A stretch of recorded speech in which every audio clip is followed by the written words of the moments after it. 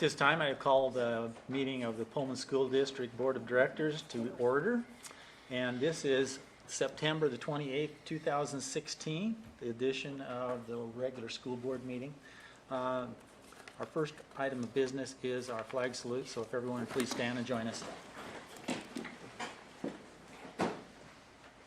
I pledge allegiance to the flag of the United States of America and to the republic for which it stands, one nation, under God, indivisible, with liberty and justice for all. Thank you.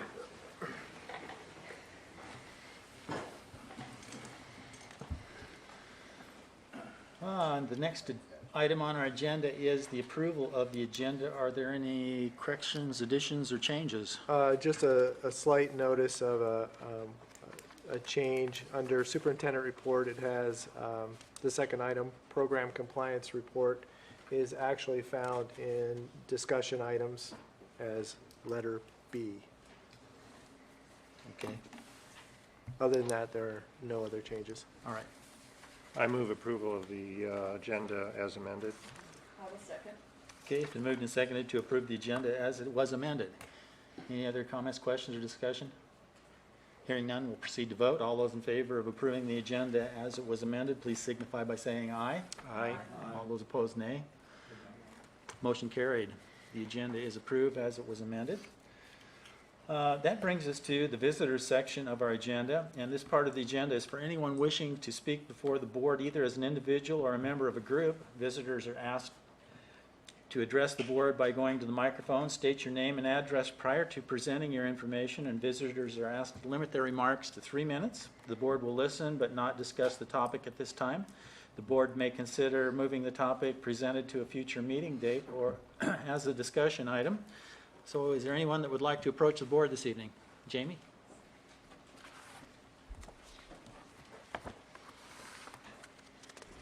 Hi, my name is Jamie Brush, I'm Isabella. and we live on Pioneer Hill. I wrote down what I have to say tonight because I'm very passionate about the topic, and I could talk at great lengths. So, but I do welcome any questions or feedback from the board, even though it's not part of the process or protocol to do so during these meetings. And I was hoping to actually speak after Design West Architects spoke, just to be able to respond to what is in their schematic design. Being that I'm not 100% sure, I could only go off what I've seen in the agenda for tonight. Pictures and renderings can be viewed through many filters, and I ask that you critique and analyze and move forward on a schematic design that uses a safety filter with 5 through 11-year-olds prioritized. A picture and an actual build-out can produce 2 differently experienced products. Seeing 4 driveways and what appears to be places for specific uses, for example, bus loops, car loops, parking, sidewalks, pictorially, can be drastically different from the experience of actually interacting with 4 driveways, especially when adding in things such as speeding drivers, busy drop-off and pickup times. Additionally, consider that most of the students attending a K-5 school, meaning Kamiak Elementary, will be driven or most likely bused to and from that school, making safety and risk even bigger considerations. If we want to improve safety conditions for children walking, biking, or reaching the school by a wheelchair, then minimizing the conflict zones, the places where they cross with vehicular traffic, needs to be paramount. I propose we design Kamiak Elementary not only to accommodate young children who use active transportation to get to and from the school campus, but to make such travel safe and inviting. To accomplish these goals, I ask for the excess parking, car loop, and bus loop to be eliminated. Instead, create a bus turnout and widen the existing northernmost conflict zone or driveway to accommodate two-way traffic. This will allow children accessing the school from the south to enter the playground or building with direct access without crossing any driveways. Children walking, biking, or strolling from the north will only need to cross one driveway. maybe there can be a separated path for them that eliminates them having to cross a driveway. My goal here is to help create safe routes to school, including the ability to safely access Kamiak Elementary while entering and exiting the school campus, and show that above all, we seek to do no harm, educate children for the 21st century, with these aims being evident in how we build and design our new school environment. We have the opportunity now to show our university community, businesses looking to locate here, families looking to move here, and children traveling to and from school that we prioritize their safety. Thank you. Thank you, Jamie. Thank you. Appreciate the input. Would anyone else like to address the board as an individual or as a group this evening? All right, I don't see anybody approaching the podium, so we'll move on to reports, correspondence, and program. Do we have anybody from the ASB here this evening? I don't see anybody. No. Okay. Board reports. So I'll start down to my far left with our director, Susan Weed. Oh, I spent this exciting weekend Oh. in Spokane. Oh, ASB just came. Okay. I'll stop my report. Okay. Thank you. Are you with the ASB? Yes. We're ready for you. We're ready, ladies. Yeah. I know you've been out there being spirited with homecoming. Around here. Okay, Thank you for being here. I'm glad to be here. I'm Ivy Ndambuki. I'm the senior class executive representative. My name is Ashley Campbell, and I'm freshman class president. And right now in ASB, we're kind of getting things started. We've designated like by classes, different fundraisers that we're going to do to help support our local, global, and national donations. Yeah, donations. And we're also helping the leadership classes with their homecoming planning. And do you have anything else to add? I think that's everything. Yeah. So for the homecoming dance, the senior class, me, Lucy, Makra, and Adelaide are planning on doing a miracle minute. Sorry, I'm flustered. I ran here. We're planning on doing a miracle minute to help reach our goal for fundraising for this month. And then the next month, I think it's going to be the juniors, and then the month after that's going to be sophomores, and then the month after that, freshmen, so we can give them the most time to think of ideas. That would be very beneficial. And also, we're still working on our brick for brick plan because we're not quite there yet, but we're really close. And that's pretty much it. Okay. Do you guys have any questions? Yeah, I'm totally ignorant. What's a miracle minute? So a miracle minute, we usually do it during basketball games or football games. So we announce it, and then some representatives from the ASB go up into the crowd, and for a full minute, people are just giving donations, and we collect those. And I think from the last one that we did was last basketball season, and we earned $200. It was a lot, so it's a really good way to quickly fundraise. And it's good because you get rid of your extra coins. Right. What was going on just now out on the field? We're having a barbecue because this is the week of our Spirit Week. So we have games. I think we have more voting for homecoming royalty. There's a lot of fun things that are happening. And it was all put together by people in the leadership classes. So that's cool. Wonderful. Was today pajama day? Yes, it was. Everybody, did a lot of the students participate? Yeah, this year's a lot better than last year just because I was kind of against the leadership class because I didn't have room in my schedule to take it. But I made room. Yeah, I made room, and it's a really good addition because the students are doing everything. They're making posters, advertising, and everyone knows about what's happening, what's going on. People get together for things that are actually supposed to happen, like float decorating yesterday. Those actually people that showed up. The seniors have cars, so we decorated our little shopping cart as Mater, the tow truck. Oh, yeah. So it was pretty cool. And the more people that do the certain things like dressing up for the days or coming to float decorating stuff, the more points you get, and then the class with the most points gets a pizza party. And high schoolers are really motivated by food, so we're doing it. Freshmen are doing really well, actually. doing good, but, yeah. Oh, that's fabulous. And I'll just make a plug, if you have not traveled down the first wing hallways, you really should before you leave tonight. They've done a fantastic job. I hope it's still up. Kind of. I have pictures, so I can send those out, but, and I think Shannon was tweeting those out, but I just want to commend you on all of your work and how nice the halls look with the decorations. Thank you. It's so exciting to see all that spirit coming back. That's Yes. awesome. So, Way to go, you guys. Thank you. Thank you. Thank you. You have a question? May I quote you on the fact that you enjoy your leadership class? Sure, yeah, go ahead. It's one of my favorite classes. And how many others have made room in their schedule that were not really excited about the leadership class that are now trying to get into the leadership class? Well, the wait list is like 40 people long, Yes. so I would say a lot. At one point, it was 60. Yeah, there's a lot. So, Thank you. thanks. Yeah. Thank you. for having us here. Evidently, all the discussion, we got it right. It That was went by fits and starts, but that was we my got point, it. yeah. That's great. Okay, very good. That was an enjoyable presentation. I Yeah. appreciated that. It's good to see that.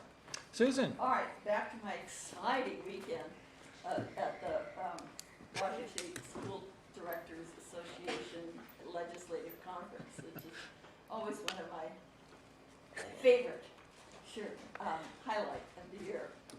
And Bob got to experience the joy. A couple of things we did do was we toured two innovative schools that were amazing.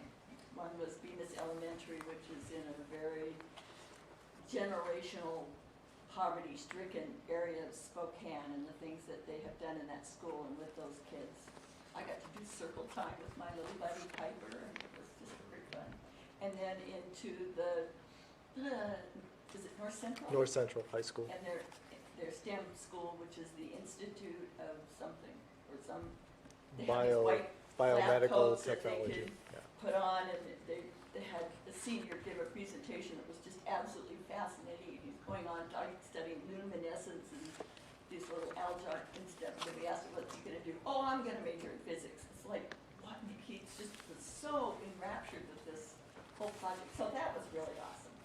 And then the next day was the Legislative Assembly, which is when we go through every single legislative item that WASDA wants to promote, and we vote yes, no, and edit, and there's always one or two people that are just, okay. Anyway, I lived, it lasted from 8 a.m. to 4 p.m., or almost 4. I saw Roberta shortly after I bolted, so, yeah. That was my weekend. Also, one more thing, I got an email today from Marty Vogel that the Kate Slynn Fund is up and running again. This is a fund that we started,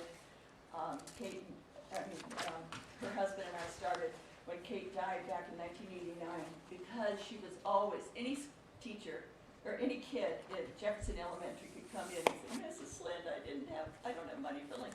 She's just taking care of every single one, buying them clothes, just doing all these things. So in her memory, we started a fund for teachers to use, so they didn't have to use out of pocket, to do these kinds of little things, not major things, but just, it said here, one time somebody bought glasses with them, they bought socks, they bought underwear. It's just little things to help teachers out so they don't have to pay out of pocket.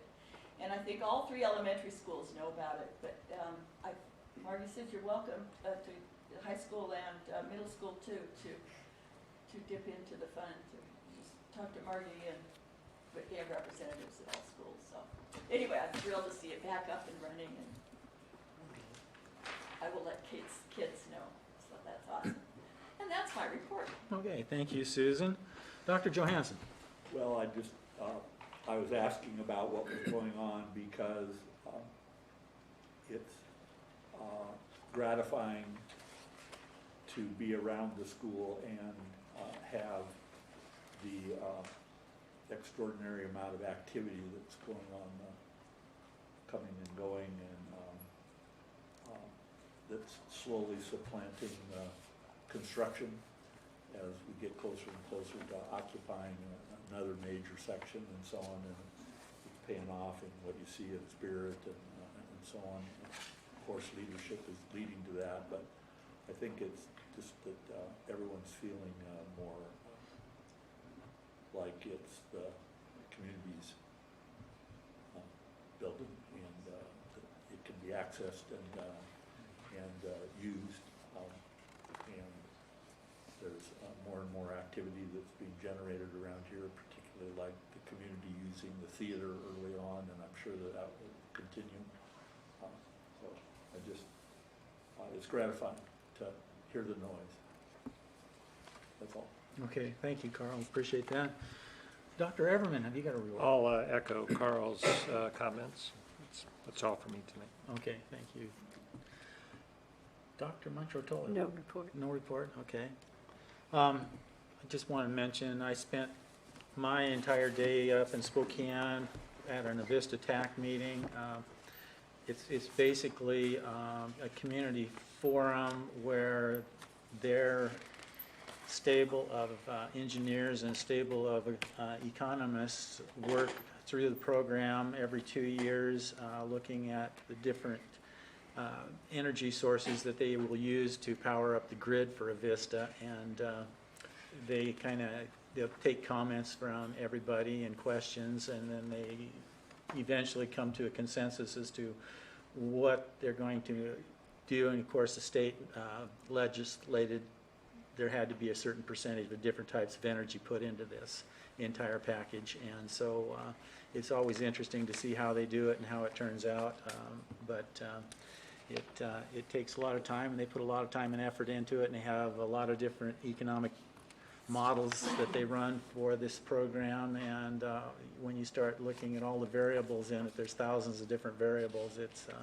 pretty intense for them, and they're on a time schedule up there, and I just get to sit back and watch it mostly, but it's rather interesting to see where all this power comes from that our schools use, and they're constantly talking about getting more efficient power and lighting and buildings, so that all plays in with it. That completes my report, so we'll move on to the superintendent's report. Dr. Maxwell. Thank you very much. A couple of items I want to bring to your attention. We did get a nice letter from Michael Dunn, president of the Network of Excellence of Washington Schools, who's also the superintendent of ESD 101, thanking us for our participation and our contributions to the news group that's working on the McCleary issue. So I'll pass that down for your reference. Also, after the Legislative Assembly, I had the opportunity to attend the YMCA Keys for Success, an annual fundraiser for our partner, the YMCA, and the Pullman School District was awarded a Community Partnership Award for 2016. And so we have a nice plaque, which we forgot to bring tonight, but we have that at the office, and so just wanted to bring that to your attention. So it was nice to receive recognition, and it was a very nice evening. So Very good. another item to note, Kamiak Elementary Community Forum. The next one will be November 15th at 6 p.m. here in the Pullman High School auditorium. So if you're able to attend, we didn't have as high a turnout as previously in our second community forum, so we're hoping that this will be another opportunity for the community to see the update to the design. So that's November 15th, 6 p.m. here at Pullman High School auditorium.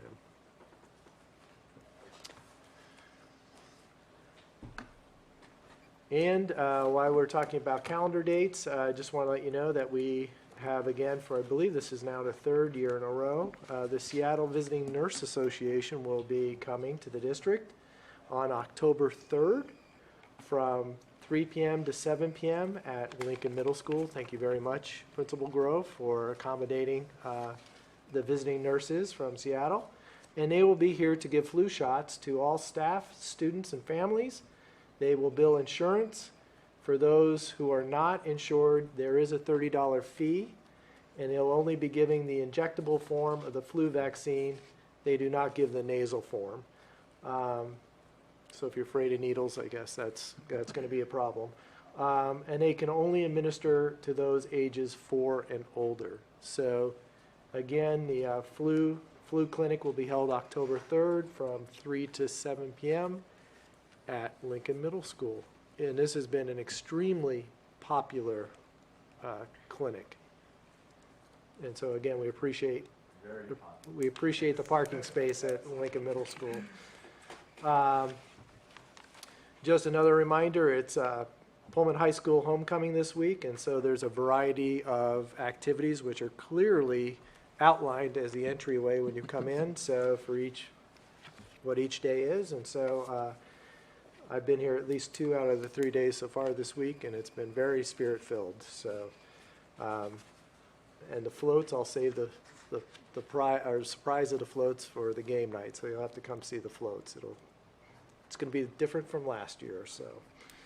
And then lastly, just for information, the building administrators are participating in learning walks this year into classrooms, and we're working on calibrating our observations and reflections, as well as giving feedback to staff. And so Principal Eric Hines was kind enough to bring a format that he is familiar with, and I'll pass this down for your review. And it's just called a Learning Walk Reflections, and as we've been going into classrooms, it's just a little sheet that we can give some observational feedback, really look at the 2 domains out of the 4, which are Domain 2, the classroom environment, and Domain 3, instruction, and just kind of mark simply what we are seeing, give a little bit of feedback. One copy goes to the teacher, one stays with the building administrator, or in cases when Roberta or myself go in, we leave our copy with the building administrator. And so it's one of the things that we're working on this year it also helps to make sure we're getting in a variety of classrooms and leaving instantaneous feedback for staff. So I'll just pass that down for your review. The first page is the same as the other pages, but just to give you an idea of a communication tool that we're implementing this year regarding instruction, teaching, and learning. Clock started there instead of just wandering in and looking and then wandering back out. Yeah. That's great. So this way we're able to give a little, and it's consistent, we're using the same format, so. With that, I'll move on to construction update. As you know, Pullman High School continues on schedule. We're looking at mid-October to move into the second wing and part of the third wing, actually, but the third wing will not be completed until January, but portions of that space will be available mid-October. We continue with fencing. Next week there'll be asphalt with the road looping around, and various projects in between throughout the building. So we're getting much closer to the end goal. And with Kamiak Elementary, I think we'll hear from Design West, so I won't spend a whole lot of time on that. So give them an opportunity to give us an update. And with that, I'll move on to the State of the District presentation. Got a question about the moving. Yes. Is the community room / boardroom part of that mid-October? Yes, it is. So Doug's a little sad that we only have to be in here 2 more times. So he's very happy. He is so excited. So we will be able to occupy that for the last board meeting in October.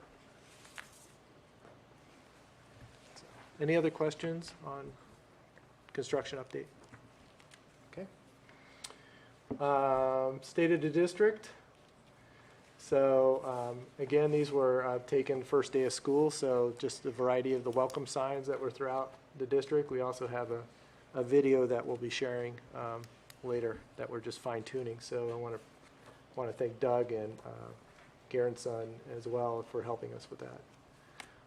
Again, I think it's always important that we revisit our mission, which is ensuring, while challenging and supporting each student to achieve their full potential, and our vision for student academic growth and achievement, and understanding that we all have a part in that vision.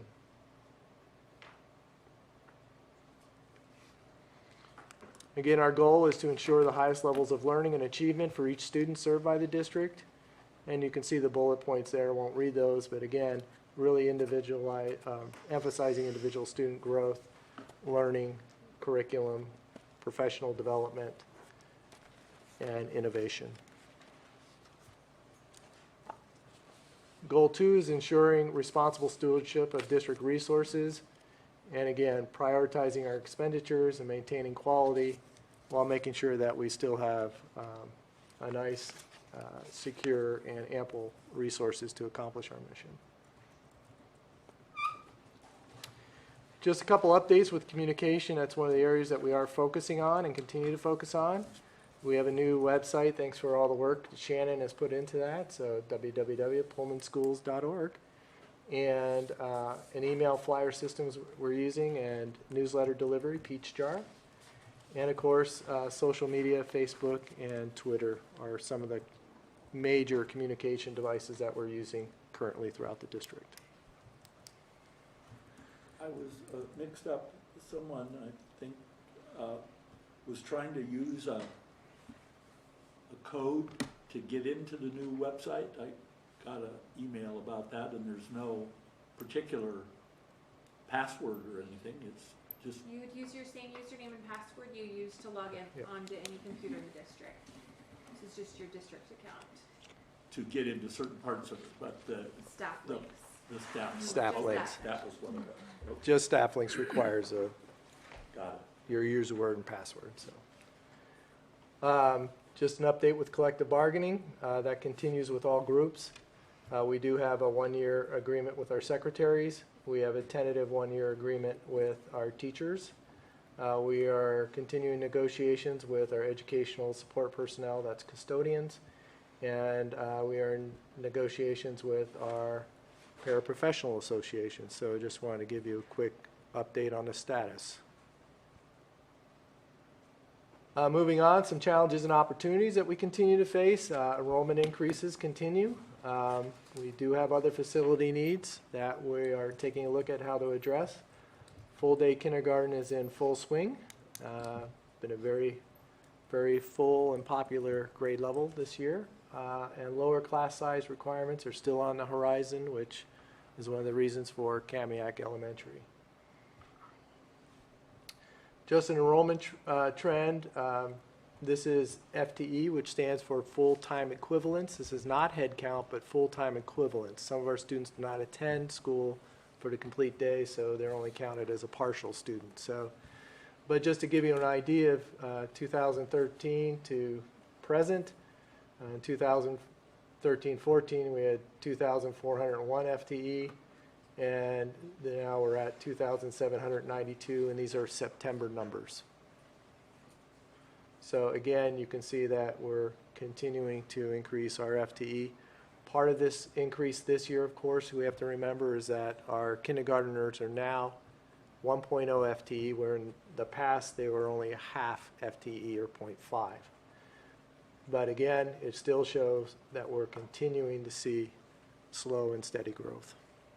What percentage, Bob, just not a percentage, but what number, we've talked about this before, are accessing only half-day kindergarten now that they've had a month for that to level off as was predicted? I have only heard of one student out of 210 kindergarten students And approximately. I actually think they're all full-time now. They're all full-time. We have one starting at halftime, and I think they, Exactly what you thought would happen based on Roberta's experience a long time. and based on every school district that we contacted, that was the trend that they would So probably, those partial FTEs are not kindergarten. no.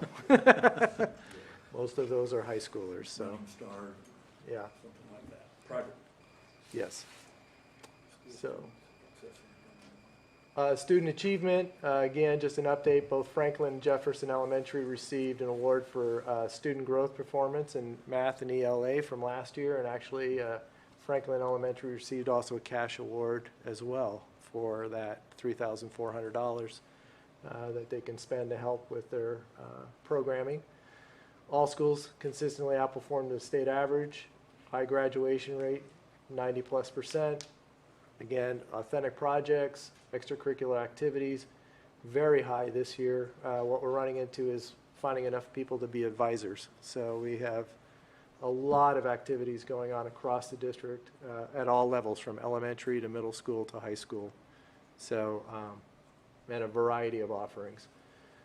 And again, students score high in college readiness assessments. I did share the ACT results with you previously. And our disadvantaged student groups continue to make impressive progress. Student achievement, these are based off our ELA and math Smarter Balance assessments. Grades 3, 8, and 11, this is just a snapshot, but just to let you know that, again, with 3rd grade and 11th grade, we score above the state. At 8th grade, we were kind of even in ELA, which is English Language Arts.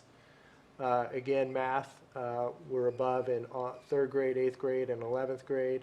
But again, you can notice that will be continuing to focus, as the state is, in math to really make sure our math scores continue to increase.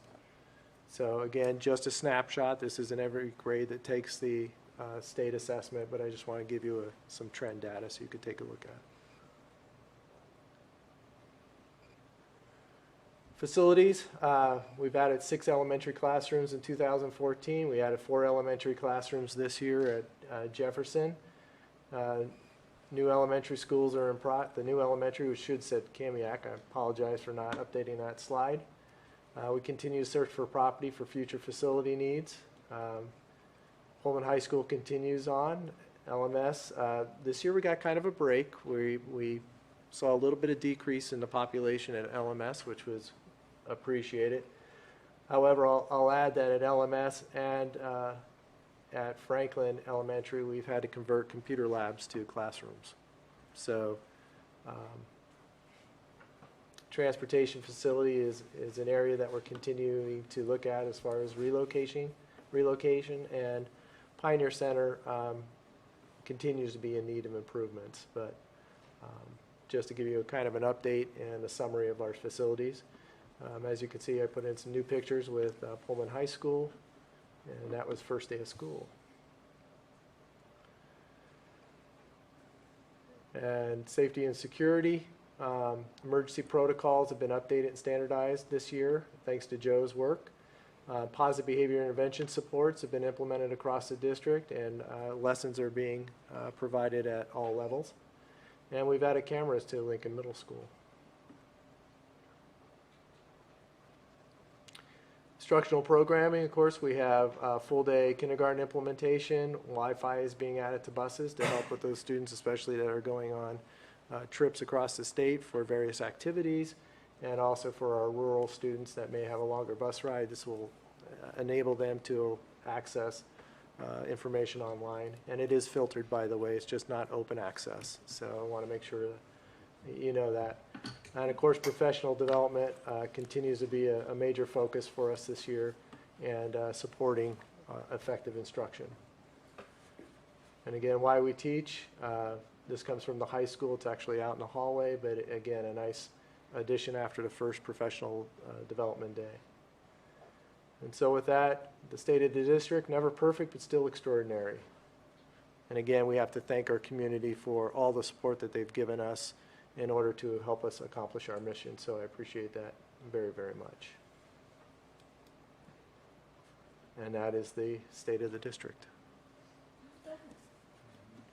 Thank you.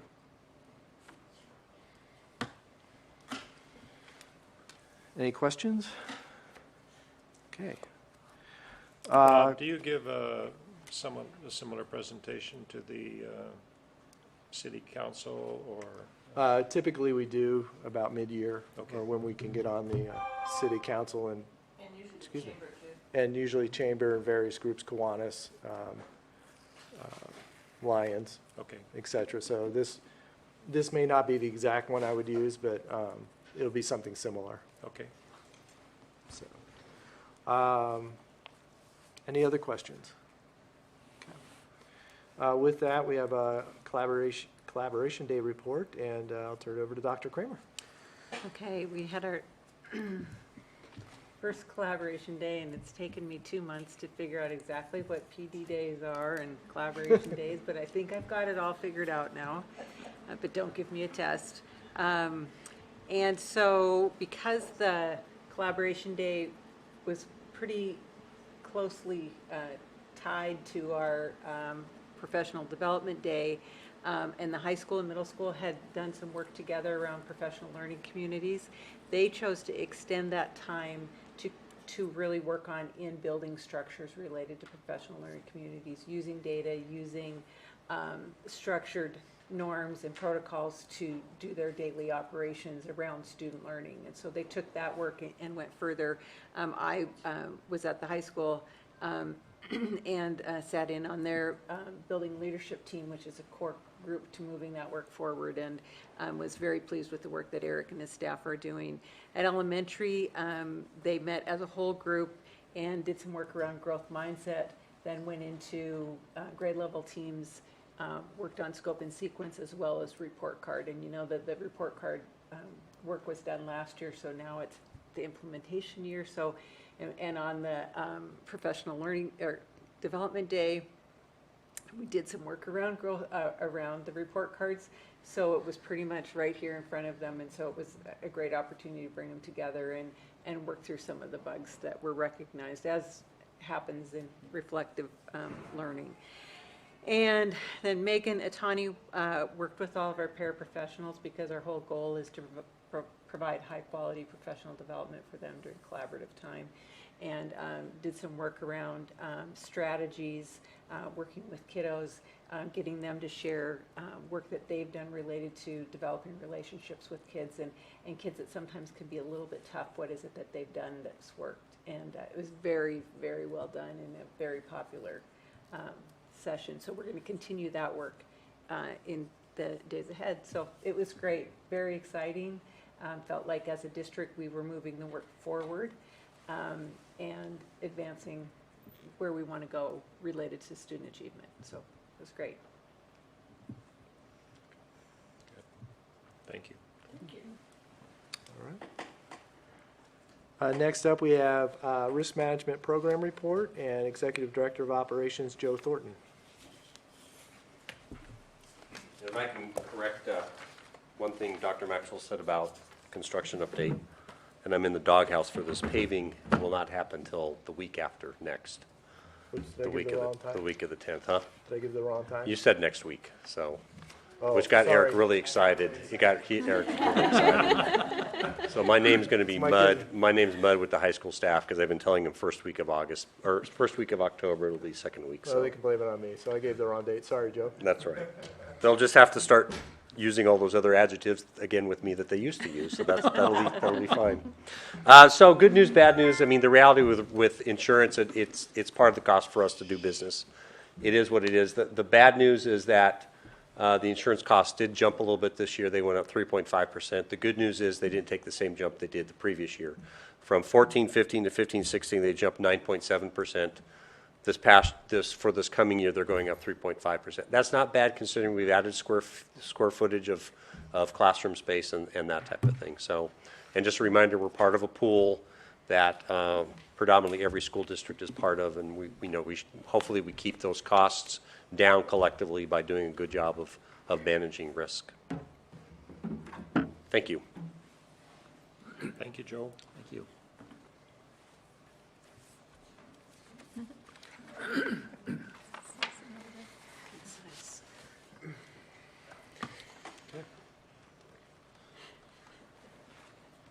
Consent agenda. Okay. That brings us to the next item on our agenda, which is the consent agenda.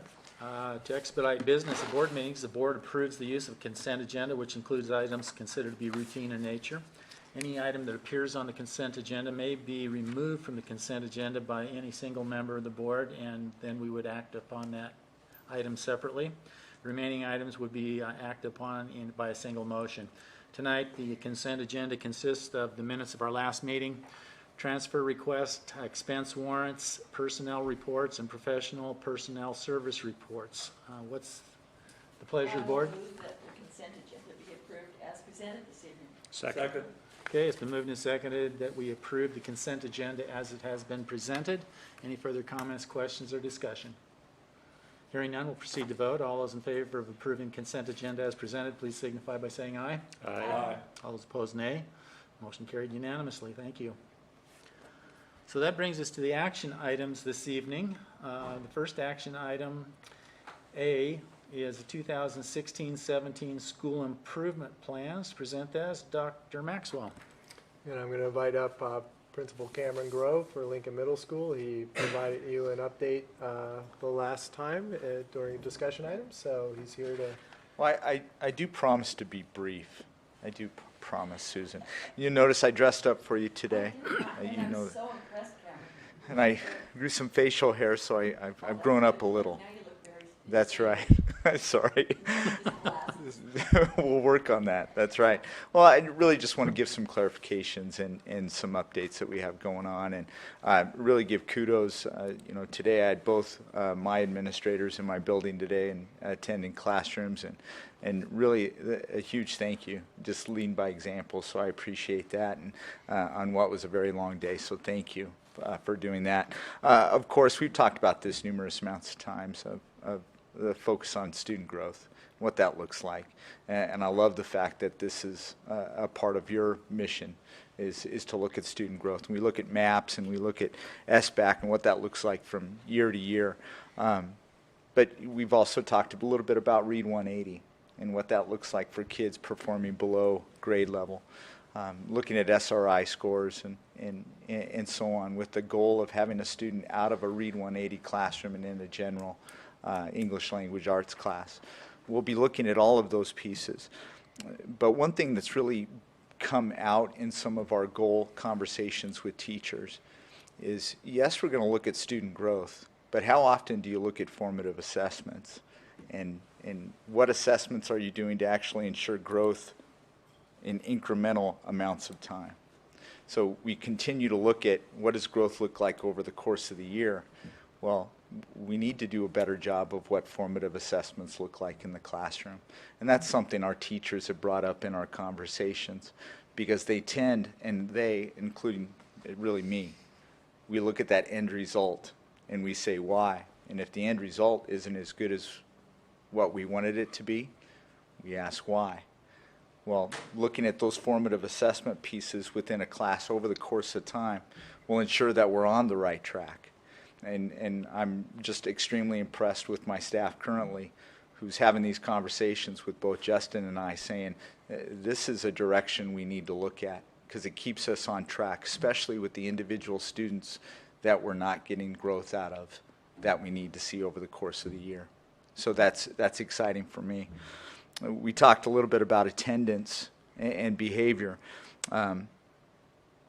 During open house this year, I explained to folks that I want our kids to be there every day. We know that's not possible, okay? But I want them to be there every day. And what's the biggest factor in them wanting to be at middle school every day? It's not their principal. It's not, trust me, it's not their principal.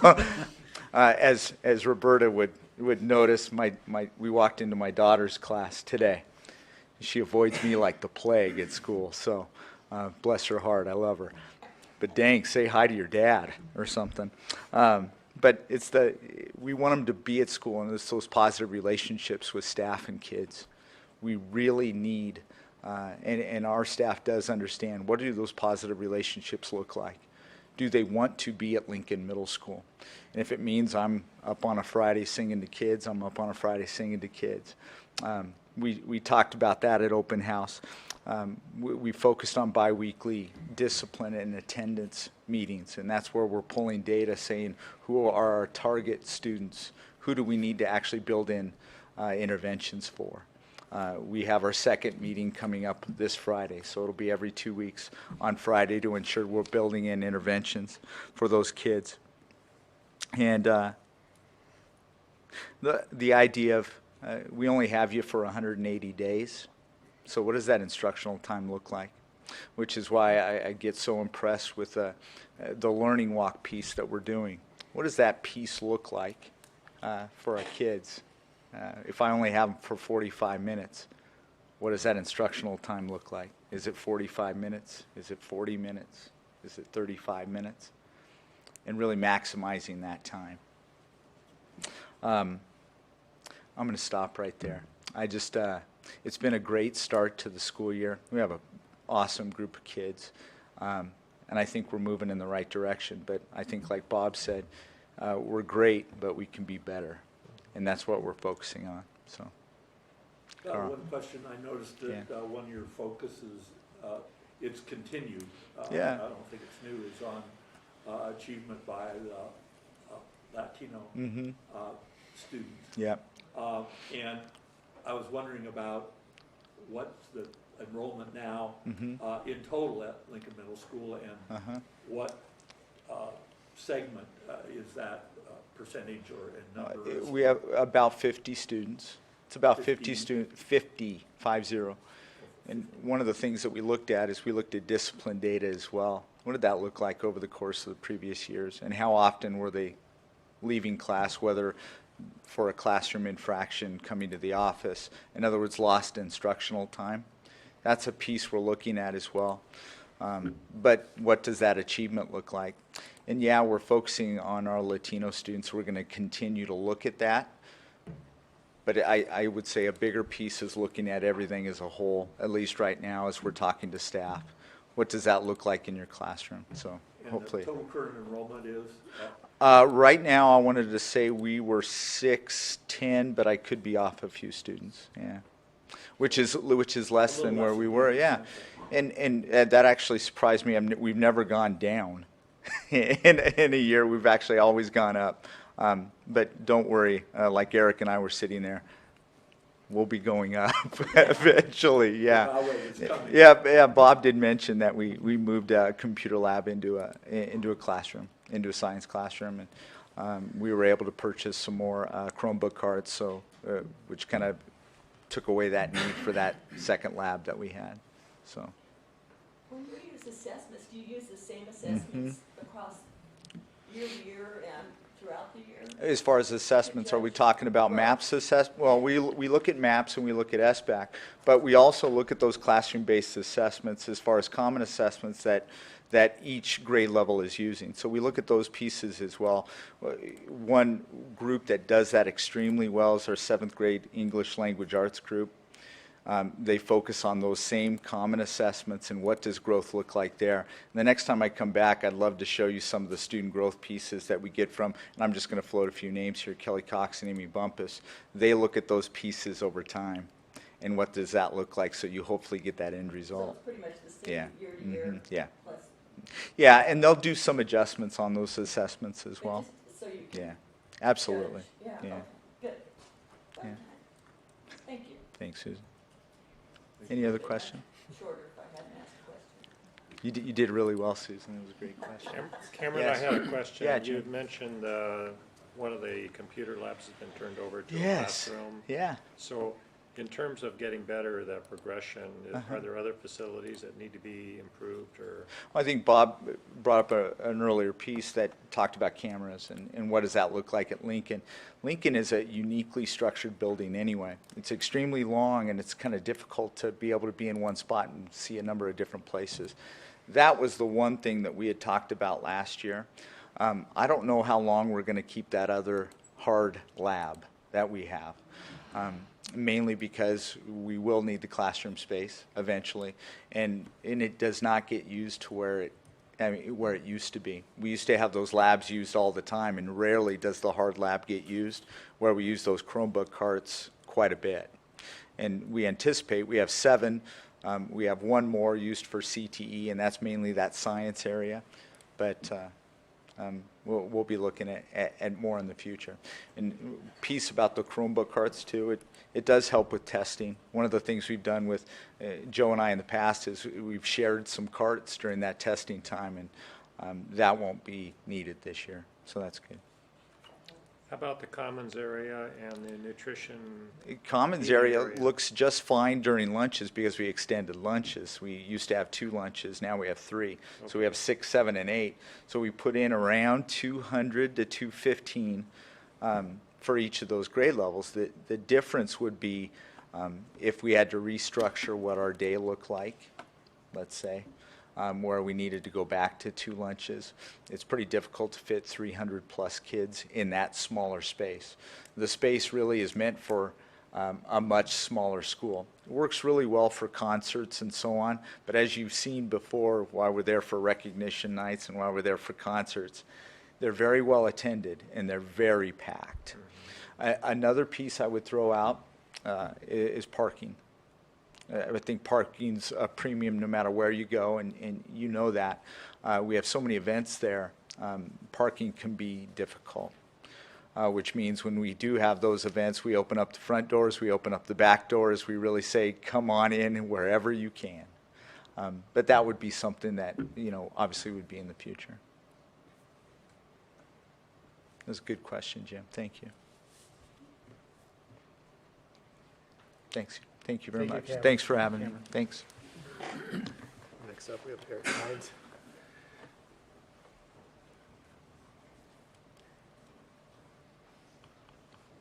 So next up, we have, We need Principal. to approve it.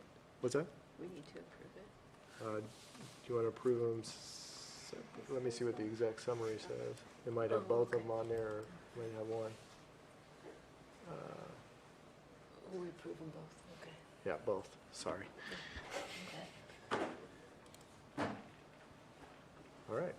I'd like to invite up Principal Eric Hines to share any additional information he'd like regarding their school improvement plan at Pullman High School. So thank you, guys. Last time I stood before you with writing a SIP plan on my own, that was a little bit of a challenge. So one of the activities in reviewing our SIP plan with our staff, we gave it to them on the first day on August 30th. Kind of let them take a look at it. And then one of the activities that we did with our building leadership team was we gave them a copy, and we did this in groups. We gave them a copy of our SIP plan, and then on the back, we did some plus delta feedback in looking at the language and how we looked at that.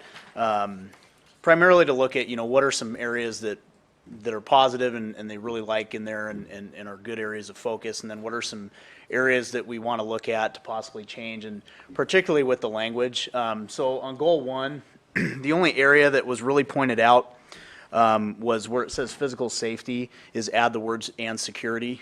So physical safety and security with a focus on that. And that's something I know I've chatted with Joe a lot about. That's going to be something that we'll continue to work on as the building progresses and finishes up. The other piece we talked about that was brought up was with the activities and our focus on 3 of the 4 A's within the the extracurricular piece is with our activities. We had, as Dr. Maxwell said, we have a ton of participation this year, and so the challenge has been on our activity lunches and on those Wednesdays when they meet, is we have a lot of people that are kind of torn between multiple organizations and clubs, and how do we want to come up with a systemic way to kind of look at that and how they can organize within that piece. I will say, as far as our school climate and our school safety, working with Chris Franklin and with Joe, we came up with a new evacuation plan that kind of ties into the new building. That will change again as wings finish. Right now, it's kind of split between the football field and the softball fields based on where people are located. And so that will be adjusted continually throughout the year as the building progresses. As far as the school climate, obviously, we're very happy with the amount of spirit and student involvement in some of these activities. I give a lot of credit to Erin Willie and her job as, with ASB and with leadership. We've done some things that I think were pointed out as positives from our staff and from students. Our opening assembly that we did in the first week to kind of set the tone. And then we also did an expectations assembly with our students to kind of also not go over the entire handbook, but have some points of emphasis this year, which one of those included the parking lot, which we'll talk about a little bit more tonight. But as far as the school climate, I think we're off to a good start. On goal 2, student achievement, kind of, I guess I have to echo a lot of the sentiments that Cameron brought up. We're really looking at attendance, we've had our attendance secretary sending out daily attendance data to us, and we're kind of pouring over that, looking at trends. You know, are there students that are popping up on that list every day? Are there certain periods that are popping up? Generally, the periods that we've seen a lot are 4 and 6. The lunch periods and then the end of the day. And first period also pops up in there a little bit too, which again, some of that is with parking and availability. As far as reducing achievement gaps with looking at some of our data from past assessments and things like that, we are really focusing with our staff on common assessments and more frequent formative assessments to give us checks within the school year that we can work with in order to inform our practice and our teachers teaching, essentially. Instead of relying on the summative, all-encompassing state tests that a lot of times we don't get that data until much later within the school year, is really focusing on those more frequent checks for understanding, getting some commonalities within our departments, and being able to use that data within those professional learning collaborative communities to come up with interventions for students. And we've discussed a few ideas for that, with turning Saturday school, which has traditionally been an area for some corrective action, turning that into more of an academic intervention that we can invite students to through looking at failure data and things like that. So that's part of that on goal 2. We've also offered some more college and the high school opportunities through our juniors and seniors in their social studies classes. We did send out another message on that tonight because we're looking to get a few more before we proceed with that. And then finally on goal 3, some of the feedback we got on the communication pathways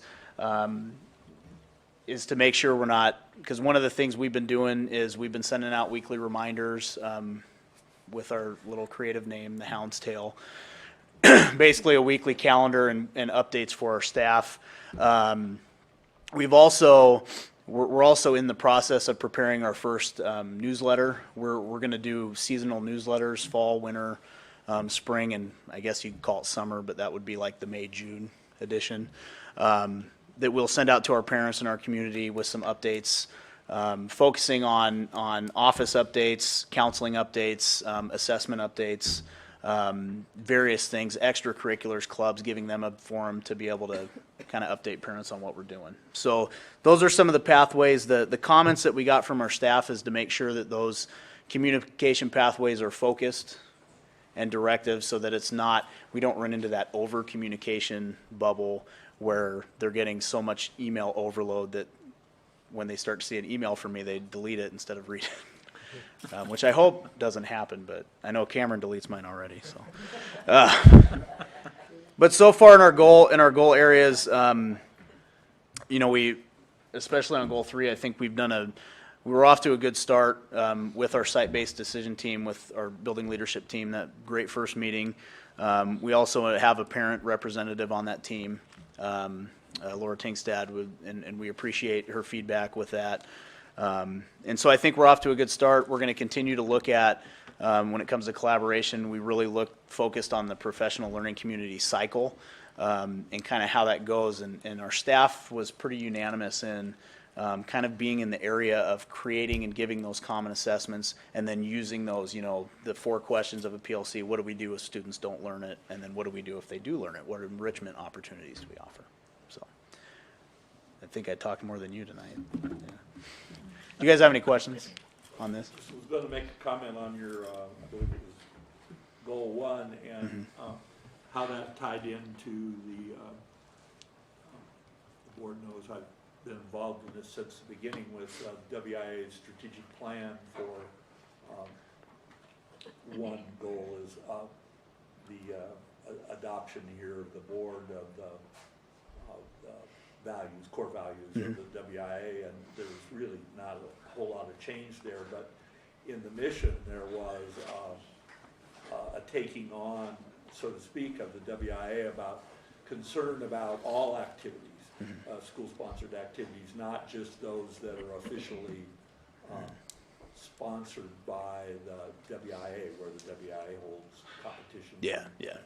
And both in things like forensics and choir and all that, which not everyone, I don't think, of the patrons that might be watching on television or whether realize are within they think of the WIA and they think of athletics. Athletics, yeah. And very definitely the strategic plan addresses that misperception, which has been inherent in their activities for a long, long time and is really focusing on that. So I was really gratified to hear about the involvement in clubs and activities that aren't so-called under the directly under the WIA umbrella. Yeah. And it's the WIA's intent to try and provide support for all of that, not just the narrow amount. So that we're already well underway with that, which I suspected was going to happen with Chris and with your higher and enthusiasm and so on, and the continuing efforts of Desiree and so on, that we're in good shape in that area, not to underemphasize the academics and communication, the other goals that you've laid out. But I saw that as a real positive, that to hear that report, that we can't find advisors for things.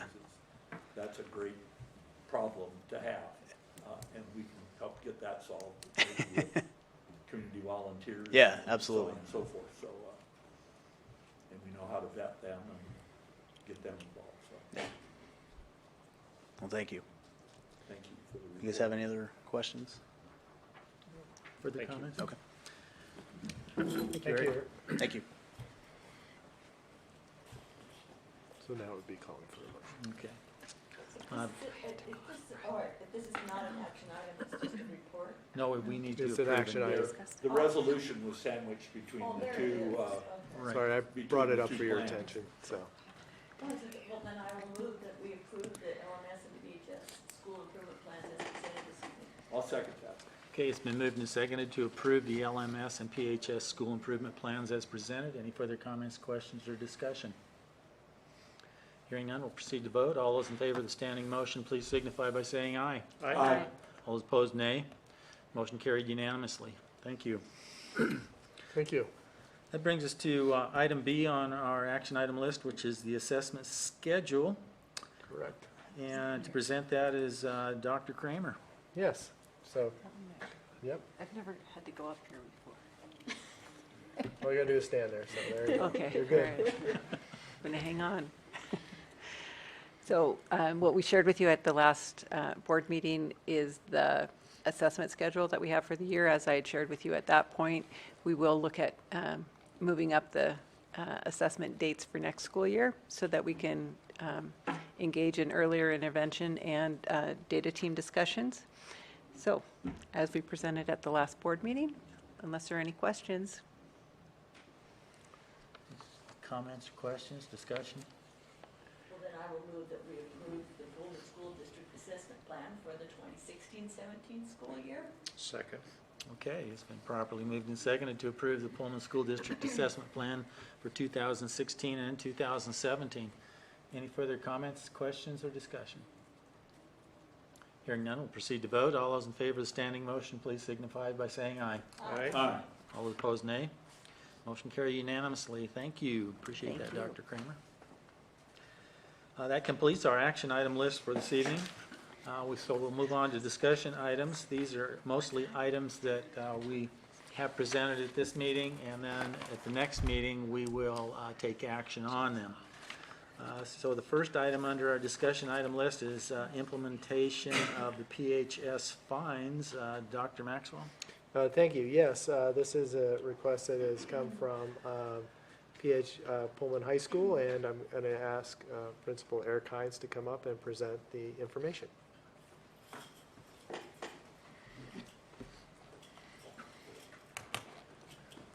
So this is what I will present tonight is kind of a draft of what we had talked about. I don't know if you guys have been to the building during the day, but parking has been I would say a monumental challenge, especially as we continue through the construction phase.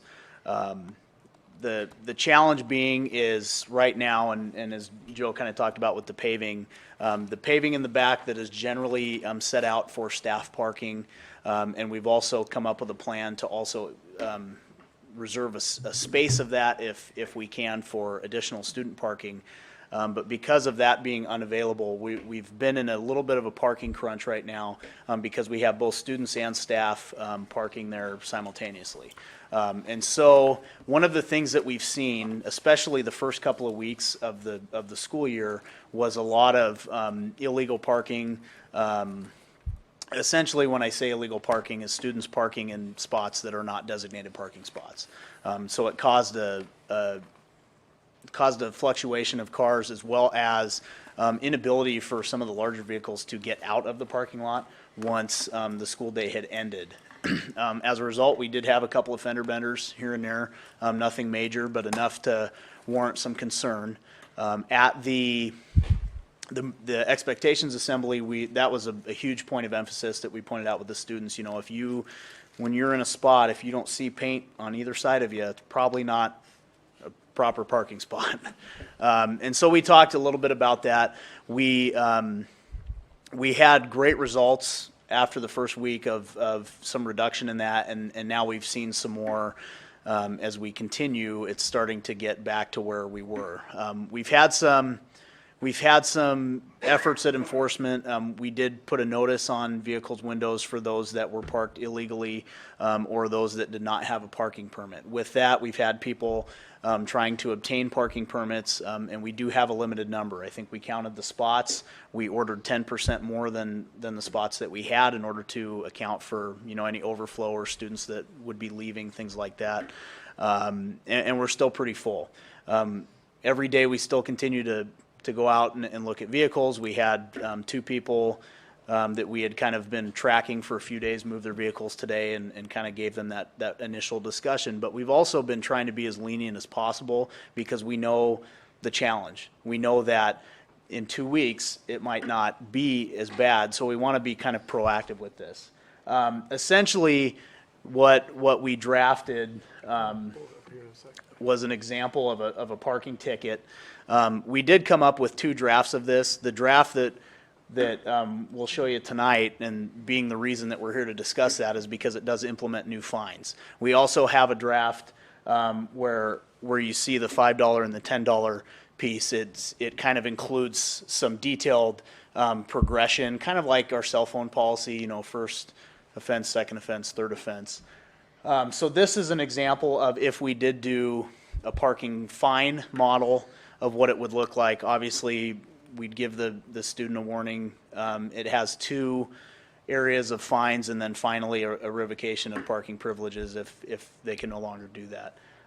Again, I know the challenges we currently face, and part of that too is if a student doesn't have a permit, the spot we would advise them to is street parking, which again is a challenge right now because the construction crews have moved out of the parking lot, but they also have to park somewhere, and unfortunately they get here way earlier than a lot of us and our students get here. So that's part of that challenge too. So trying to be proactive once we get some of our spots back and have that, you know, would this be an effective way to monitor our lot?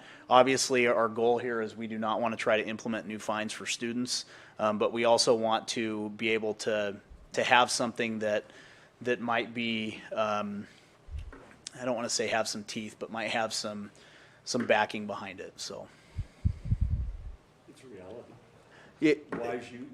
Yeah. So now you're gonna make these with the big, huge, serious, sticky stuff on the back, and just slap them on the windshield? This is an example, and I can pass this around. This is the one that I created in Arlington where I was. It has 3 of the carbon copies. The white copy is mailed to the parents. The yellow copy stays with the office records, and then the pink copy is for the student, and that's what is placed on the windshield, so you guys can. Snowbee, that sticky thing. No. So that is also a concern is during the winter. And again, on the west side, when it rained, it was very difficult to take it sometimes because they would slide off by the end of the day. So we actually tried to, if we did do that, we tried to do it towards the end of the day. The other piece too is we've talked about, the challenges with students that do arrive later.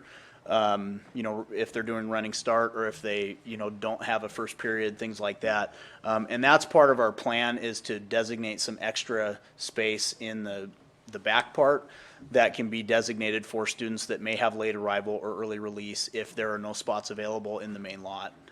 We'd like to be able to give them an opportunity to still be able to purchase a parking pass and park and things like that. So, and part of why we overloaded our sales a little bit to account for any additional spots that we would be able to add. So, What's the other? it depends. A lot of times for the other, what we would ding people for is speeding or reckless driving. So we would want to emphasize, part of this is a documentation area too, specifically with driving and parking. If we have students, and again, this has not happened here, in my past experience, students that would get to school early like to do cookies and donuts in the parking lot. And so that would be the fine that, I have not seen that here yet. And so that's a piece. It just, if there are any other infractions, it gives us a space to write it in. I guess I'm a little bit leery about the idea of other, just not as an unknown right now, just creating a potential unknown. Like the parking situation makes sense to me. Yeah. And we can take that off, again, we want to make sure that our students are also conducting themselves in a safe manner. We've had a couple of staff members report to us that they almost got hit by student drivers coming too fast out of the parking lot, things like that. And that can be addressed in a separate manner. It doesn't have to be a part of this, so. Have Scott talk to me. Yeah. We have. Who serves as the police? So with this right now, it has been the administration. Going out and placing the notices and taking pictures of the cars and calling the kids down and things like that. No intent to use students in the future? No. Okay. By the way, on the rainy and snowy days, just get a baggie. It works. Okay. That's a good idea. So my understanding from what you said is some of this will be alleviated middle of October. Yes. The rest won't be alleviated till January. Yeah. Well, and even then, I think the parking lots, if I'm correct, Joe, will be done with the October move. I don't know if the January move has any effect on that or not, so. Other than the tear down, maybe. What the January move will do is there will be a lot less contractor parking on the street once construction's done. Yeah. And it's just demo, there will be a lot less work vehicles here. Yeah. So was But there, as the year wears on, more and more sophomores start to drive. so my other question is, was there a parking issue in previous years, but we didn't address it with parking tickets? We've chatted a little bit about last year. I think last year were some similar concerns, especially as Joe said in the spring is when it usually gets pretty bad because of new drivers. And that's one of the things we tried to communicate early this year. We really tried to have this process happen at registration days, and we sent out emails and letters. And if students couldn't make registration days, to contact us immediately, and they could still reserve one. And, we tried to make it as fair as we possibly could. The one area that we did kind of address with that is it would be on a seniority basis. So seniors would get first crack, juniors would get next crack, and then sophomores, whatever is available. We also said, though, in our letter, and we've addressed this with many families already, we do have case-by-case bases where it really is a challenge if they are unable to drive, whether, living far out of town, whether, there's a medical concern issue, things like that. And we have addressed that with a few families already. And I think unfortunately, that's what's tough about it is there are situations that pop up where families need that, whether it's picking up little brothers, sisters, things like that, so. Any further comments, questions, discussion? From the ticket, all cars on the campus are permitted? They have a permit? Yes. They should. That's the hope. The reality is sometimes different, but that's the hope, yeah. I know I happened to be down doing a scrimmage at Clarkston High School, right at the beginning of school, and, for them. And, there was an incredibly elaborate, paintings going on in the spot. Really, really creative, Yeah. graphics and so on in the senior section of, that lot where, some sort of a draw goes on for seniors as to where you end up. And then, if you want to, you spray over to a neutral color and then add your own, graphics, your Yeah. name or whatever, of course, their appropriateness and so on and so forth. All those things have to be dealt with, but, it was, a really invigorating, activity to go through, and as I was coming into park to do it, Yeah. there must have been 30 kids out there that were working on their spot and so on and so forth, and sign of the times, I guess, so. Yeah. And there's a lot of different ways to deal with parking challenges, whether it be a lottery, whether it be numbering spots and doing it by seniority. I mean, there's a lot of different ways to do it. I guess my goal with this is to try not to. I don't want to discriminate against students' families based on, the chance or based on, some schools have done it by grades, some have done it by discipline, and I don't think, because I know that all kids need a chance to come to school, but it is the reality of the issue. If we have 300 kids that want to drive, we don't have that much space, and so that's the challenge that we're trying to address a little bit. A question just for Joe, and my understanding was that part of the building that was remaining that we're still using wasn't really gonna come down until spring, and we wouldn't recapture full parking until that demolition took place, and probably given the weather, that wouldn't be done in January, February. The demo will begin in January, but that paving that has to replace that building can't happen until spring, probably April at the earliest. So, And we also, in our communications too, we encouraged as much as we could, if you don't have to drive, don't. If you can carpool, if you can walk, if you can ride your bike, all those things, we've really tried to encourage our students and to be honest, our staff. We've had a lot more staff that have been riding their bikes and walking to school, and so that's great, and we do want to encourage that, because not only is it, it's maybe, I don't want to say a safer means of transportation, but it's maybe a more efficient means, gas, all that stuff.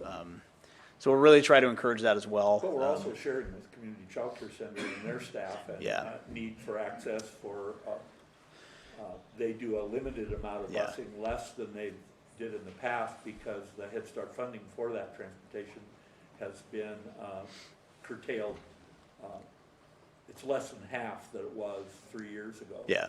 So they're running their buses, their 3 buses, less than half. I know I've been in active conversation with them about it, because the agency I used to head is coordinated in those trips and the use of those vehicles and so on. And it's a shame that they have more students, but less ability to, they had to choose between teachers and running their buses and paying Yeah. drivers. Yeah.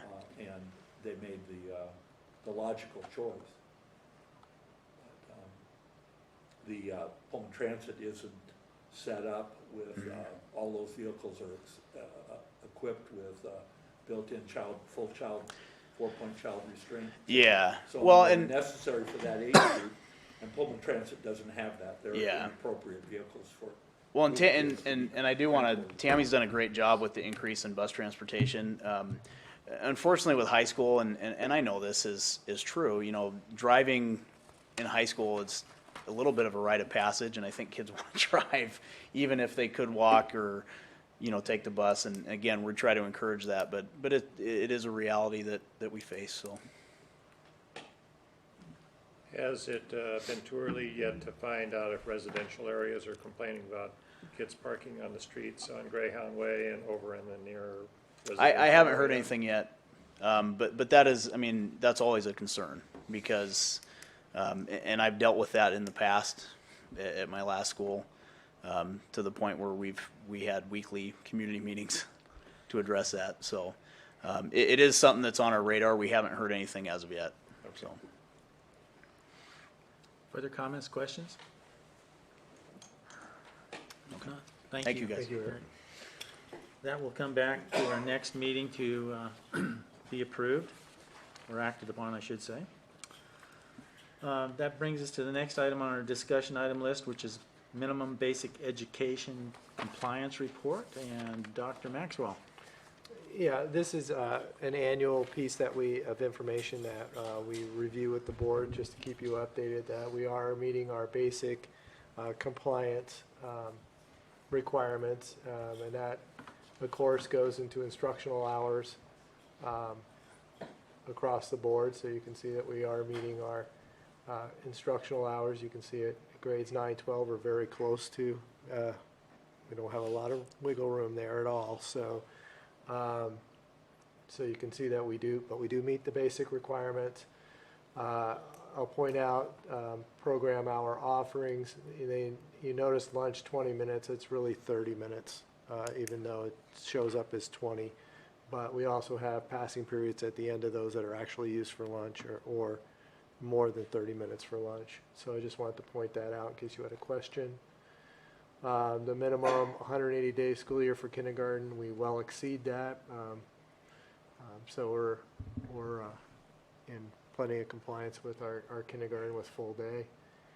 And again, you could see our starting times, ending times, early release days, last day of school, all those have to be accounted for in the total formula. So and Shannon does an excellent job of putting this together and making all the calculations and math to make sure we pass the test. So also with graduation requirements, you can see our total of 24. We've talked it in depth in the past with graduation requirements and the changes.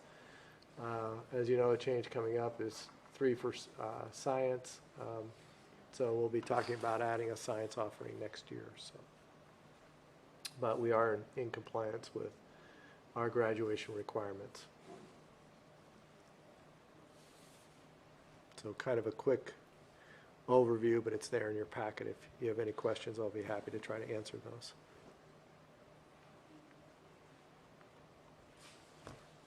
Comments, discussion? Thank you, Bob. Okay. Oh, I have one little question. Yes. It's a short one. Classes of 2016 and 2018 need 23 credits. What about 2017? It goes through, actually should include 2017. We didn't just drop them off, so sorry about that. Maybe they're going to do it half again. Yeah, they get to skip. No, unfortunately, 2017 is within this range. Sorry about Okay. that. Thank you, Sue. Excellent catch. Yeah, they're not exempt. I could hear some people really. Well, I tried for them. You tried. They'll be happy though about that. So. Any further comments or questions concerning the minimum basic education compliance report? If not, that will come back to our next meeting to be acted upon also. So that brings us to item C under our discussion item list, which is the 2017 basically through 19 academic calendars. It doesn't say who's presenting that, is it? That's going to be me. Sorry Okay. about that. So again, you're going to hear a lot from me tonight. I'll pull up the executive summary, although you're not making a motion tonight.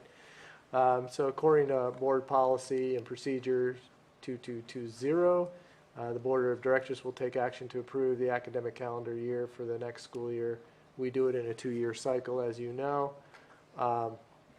Due to all the busy scheduling and different things that were occurring last year, we were kind of behind schedule on the calendar. But we have the 2017-18, which is already set. So Really, you're looking at the 2018-19 options, and there are two options within this packet. This, of course, has been shared with the Teachers Association, which they typically present both options to their membership, and then they do a vote of which option that they prefer and send it back to us. Today I did receive, just so you know, I have to find it in my notes here, an email that they would like to take a look at a possible option C for 2018-19. I do not have a copy of that. I only received this today, so I apologize. I will read it. They would like us to consider a midwinter break February 15th and 19th to make up those days, Thanksgiving to a half-day early release November 21st, and then a full release on the 22nd, 23rd. Typically, we take the entire week off during Thanksgiving. I did email back, said, we will take a look at this, but a half-day early release on the 21st would put us short in the number of minutes at the secondary level, so that would not be possible, so that would have to be a full day. So if that was considered. So I just wanted to bring that to your attention. I will pull up both options so you can see. The only difference is release on the 19th or the 20th of December and Correct. returning on the 1st or 2nd of January. Yeah. As you know, we made it our policy that we will always start the last Wednesday in August, which kind of sets your parameters for the calendar.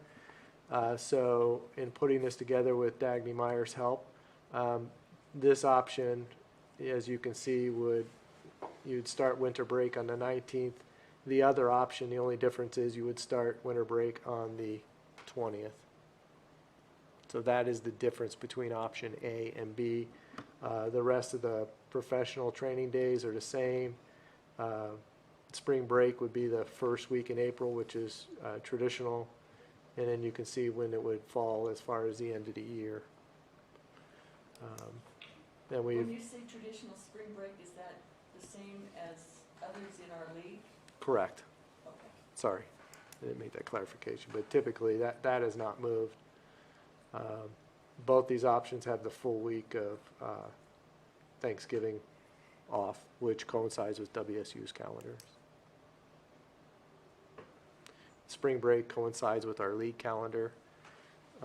Really, with the way the calendar falls the next 2 years, if you want to try to get 2 weekends in, then you really don't have much leeway on which way you can go. So, and then we did move professional learning day to the end of the school year, which is what we did last year. And we're still in conflict with just here, if we didn't stay with our league calendar. Correct. Still coinciding with WSU's spring break. Conflicts with required testing dates that are mandated at the state level, right? The testing, we have a little more flexibility on the testing because they give us a wider range, but we are testing with so many grade levels. And looking at our computers, which access, and making sure we have enough computers for students to access at certain grade levels, it definitely presents a challenge when you start moving spring break around. Not impossible, but it is a challenge. Because you also, part of the issue is moving it up early. We lose some learning time of preparing students for the material on the test assessment.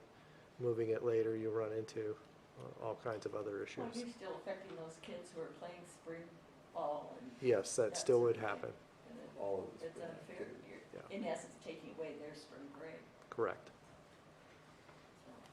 So, again, not a whole lot of options you can look at as far as making some major changes. It's kind of, once you set the parameters, with 180 days, unless you want to start going into July.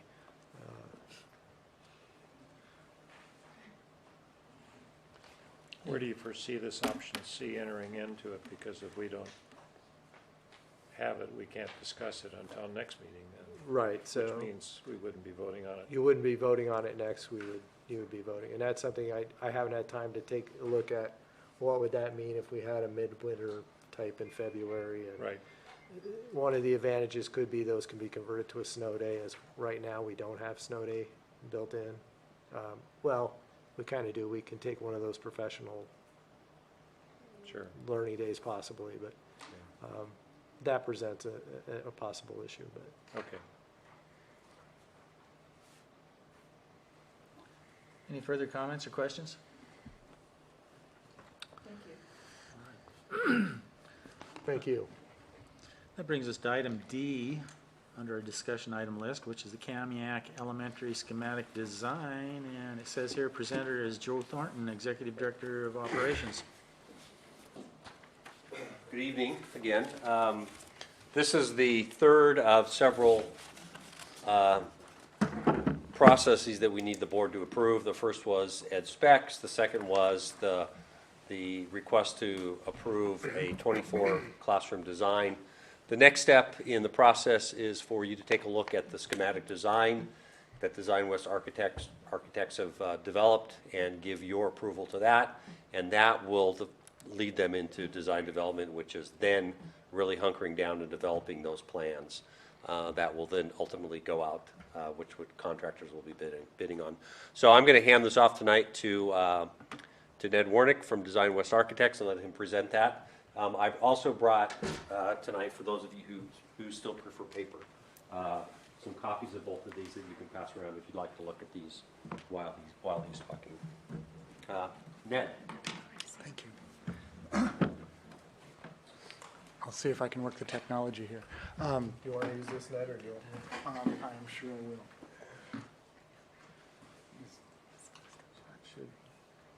Should work. Scroll down, possibly. Okay.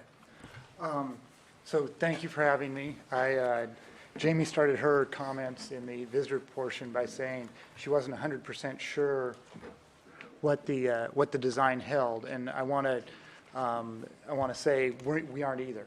So what Joe introduced is the idea of a staged approval, and I think that you've been through the high school project, so you may be familiar with this, but we're asking for schematic design approval, which is essentially conceptual design. It does not mean that we know all the details, we have it all figured out. It is still a flexible design, and this is probably one of my most enjoyable times in that when we do get input from Jamie or the board or members of the staff or the public, it's easier for us to accomplish this. And so in terms of what we have tonight is it's an informational item. So the next board meeting 2 weeks from now, we would be asking for schematic design approval. But tonight what I'm doing is I'm giving you the presentation to introduce the idea of what the schematic design is for the project right now. So in the board package, there's a schematic design highlights. And so I tried to boil it down to one slide to tell you about just how excited we are about this school.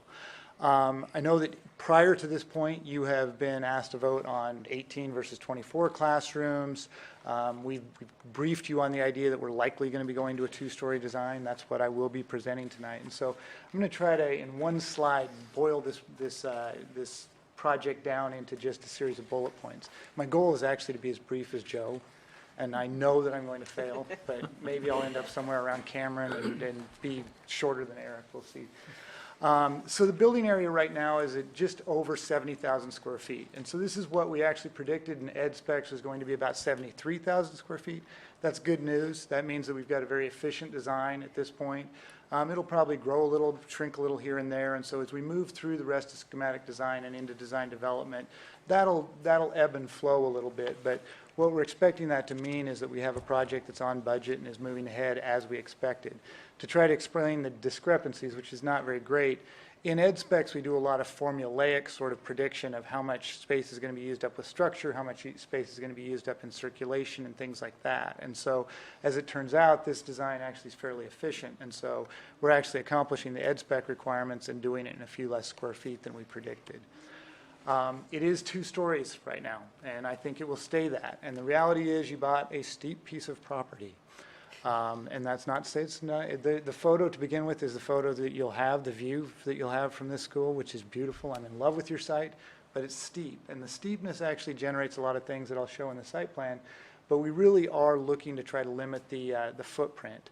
The other part of it is that only the highest part of the site we can actually get sewer to drain out of. So as funny as it may seem, our whole building's being driven by the need to get sewer out of it, which when you think about it is a pretty important thing to do. And so given those 2 influences, a steep site, so to make a level spot to build the site, to build the building is expensive, and also the need to stay high on the site in order for us to be able to drive in and out of it and to get sewer out of it, those are really driving us toward this 2-story solution. As the board voted and was discussed earlier on, we're at 24 classrooms right now. So if you can think of this, this is a setup, we call it, in the office, we call them quads. But if you think about it, if we are able to balance class sizes in the way that we hope to do, we'll end up having the potential to have 4 sections of kindergarten, 4 sections of first grade, 4 sections, and so on. And that leads to a K-5 school that would be 24 classrooms. Now, that's not to say, and you have enjoyed the success of growing enrollments over the past years, schools don't stay the same size, and maybe they don't quite work that way. And so the design plans on being able to add 4 additional classrooms in the future, hopefully more easily and painlessly than we had to do at Jefferson or Franklin. But in addition to that, what we're seeing is the lesson learned from right now where you're converting computer labs, you're converting English as a second language areas, things like that, and turning those into regularly scheduled program education spaces. We're looking at the places like special ed, the flex classroom, art, technology, and even the academic support space in a way that those spaces are designed more around a module that would make them more easily convertible into classrooms. And so in terms of when we get through looking at this, you have 24 basic classrooms, you have 5 other specialty educational spaces that are really modeled on the idea of a classroom-sized space. And so if you do experience this, the technology, the computer or technology room, it will be easily convertible to a standard classroom. It'll have all the same amenities, it'll have all the same features that a standard classroom has. What we affectionately call the big box spaces, the special event spaces. So the gymnasium, the multipurpose room, the music and stage, they're zoned in such a way on the site plan and the floor plan that I'll show you in a second, that they're aimed for after hours use. So they work within the normal day's schedule, but they also allow the school to be completely separated off. And so if you can think of an example, the one that I can think of most readily is Sunnyside. When I used to play basketball, I would never ever enter the school. I would always go into Sunnyside without having to interrupt anything that was going on in the school or bother the janitors or get into anybody else's space. And so that was really the driving force before what we went for in designing that. Likewise, the library is another after-hour space, whether it's PTA meetings or whether there's other organizations that want to schedule the library as a specialty space that's a community space after hours. That area is set up so that it's zoned in a way that only the library area needs to be opened up to be used at those times. I kind of previewed this, but it does have the specialty spaces of art, music, and academic support, and the library.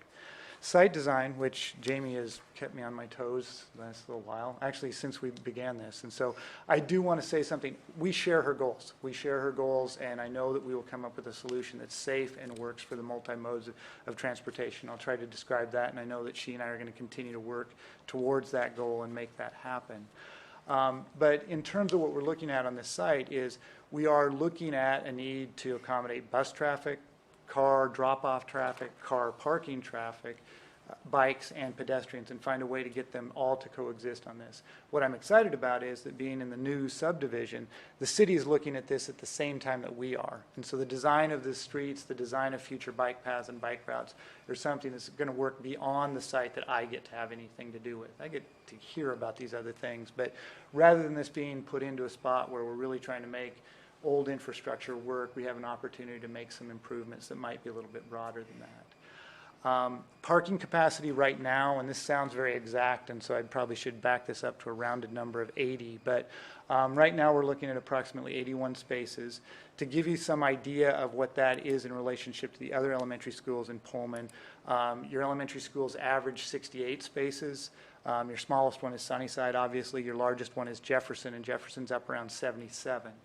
Now, this school at the 24 classroom size will be about 15% bigger in area, and likewise, in a way, there's probably, students are probably going to follow area. So this will most likely, at some point, become your highest enrollment elementary school. And so we're looking at both the parking lot and the playground and the play fields as ways that our basic planning principle is we need to be bigger than your biggest elementary, and not just because I want to be bigger, but because it will be a bigger school, and we need to make sure that we're not hemmed in.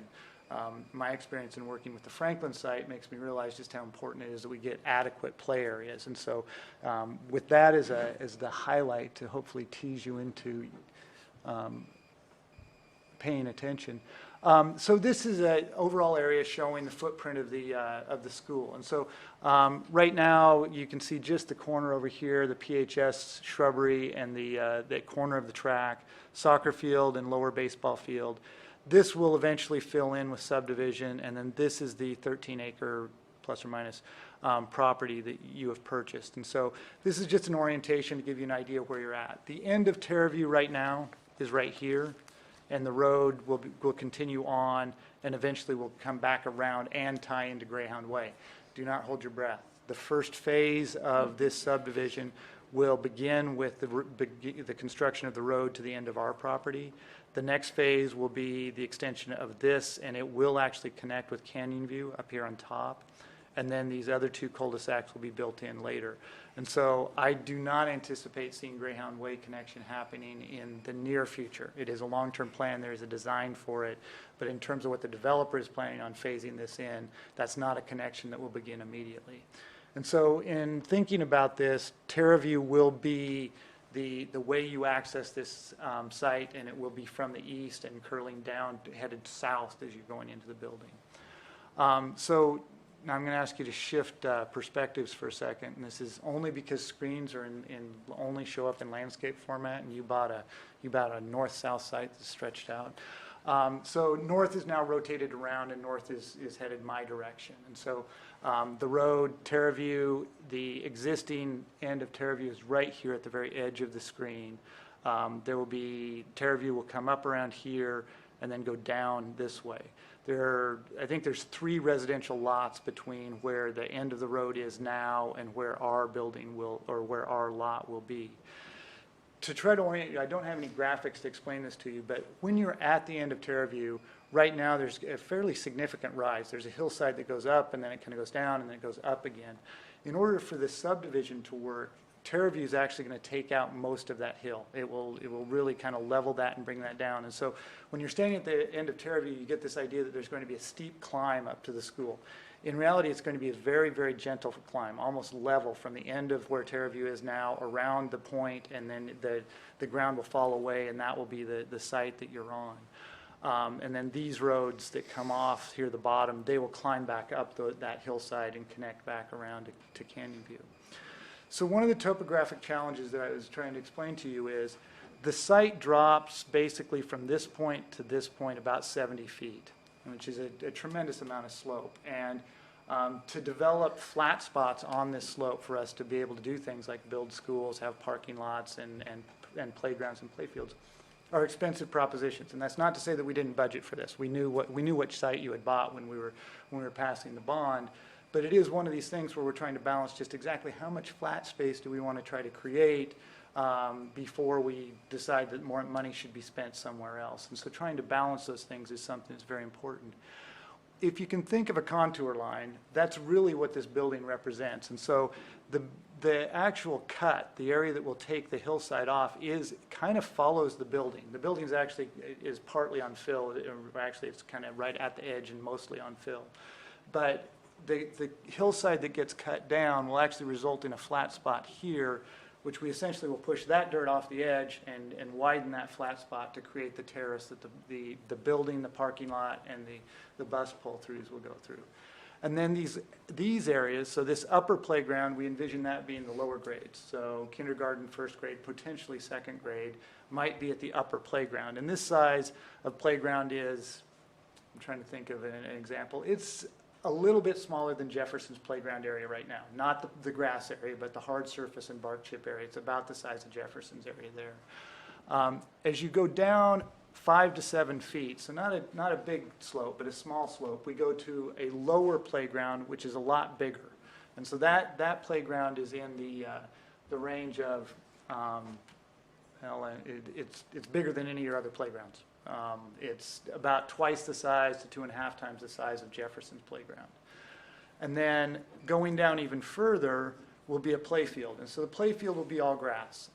And so the outlines that you see there are the outlines of what a U12 soccer field is. It's not to say it's just designed for soccer, but that was kind of one of the determinants was, could we get a Parks and Rec soccer field on that site? So unlike Franklin, where the Parks and Rec program has to go to Krugel to be able to have their kids, this will be an after-school program. It'll be right there on the site. And to try to describe how this will feel, Lincoln is the best example, where the soccer field to the west is low. You go down a slope, and the slope actually serves as a nice place to hang out and watch games and things like that. And so this play field will actually be in kind of a two-sided bowl of a slope down from the upper playgrounds down to this play field.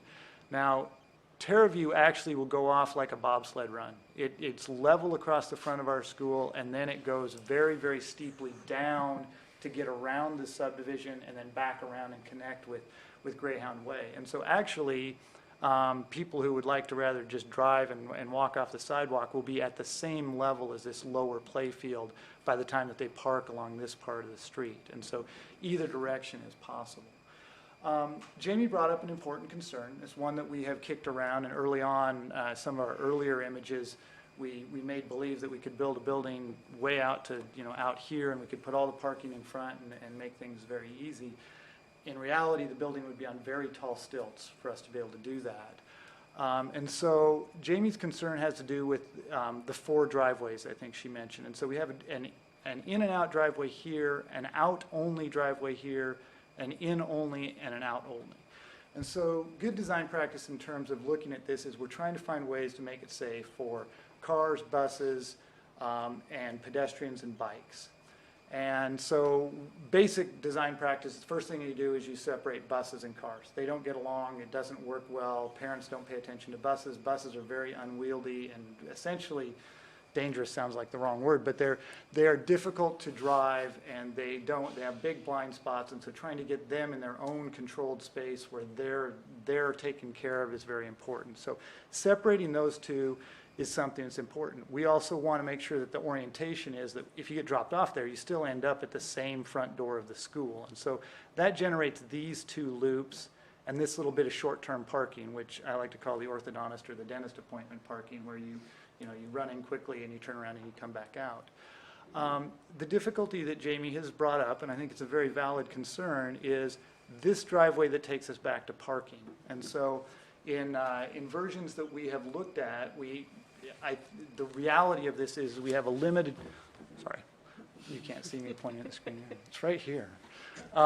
We have a limited amount of relatively flat space up here on this platform, and it's long and skinny, and that actually generates the shape of the building as well.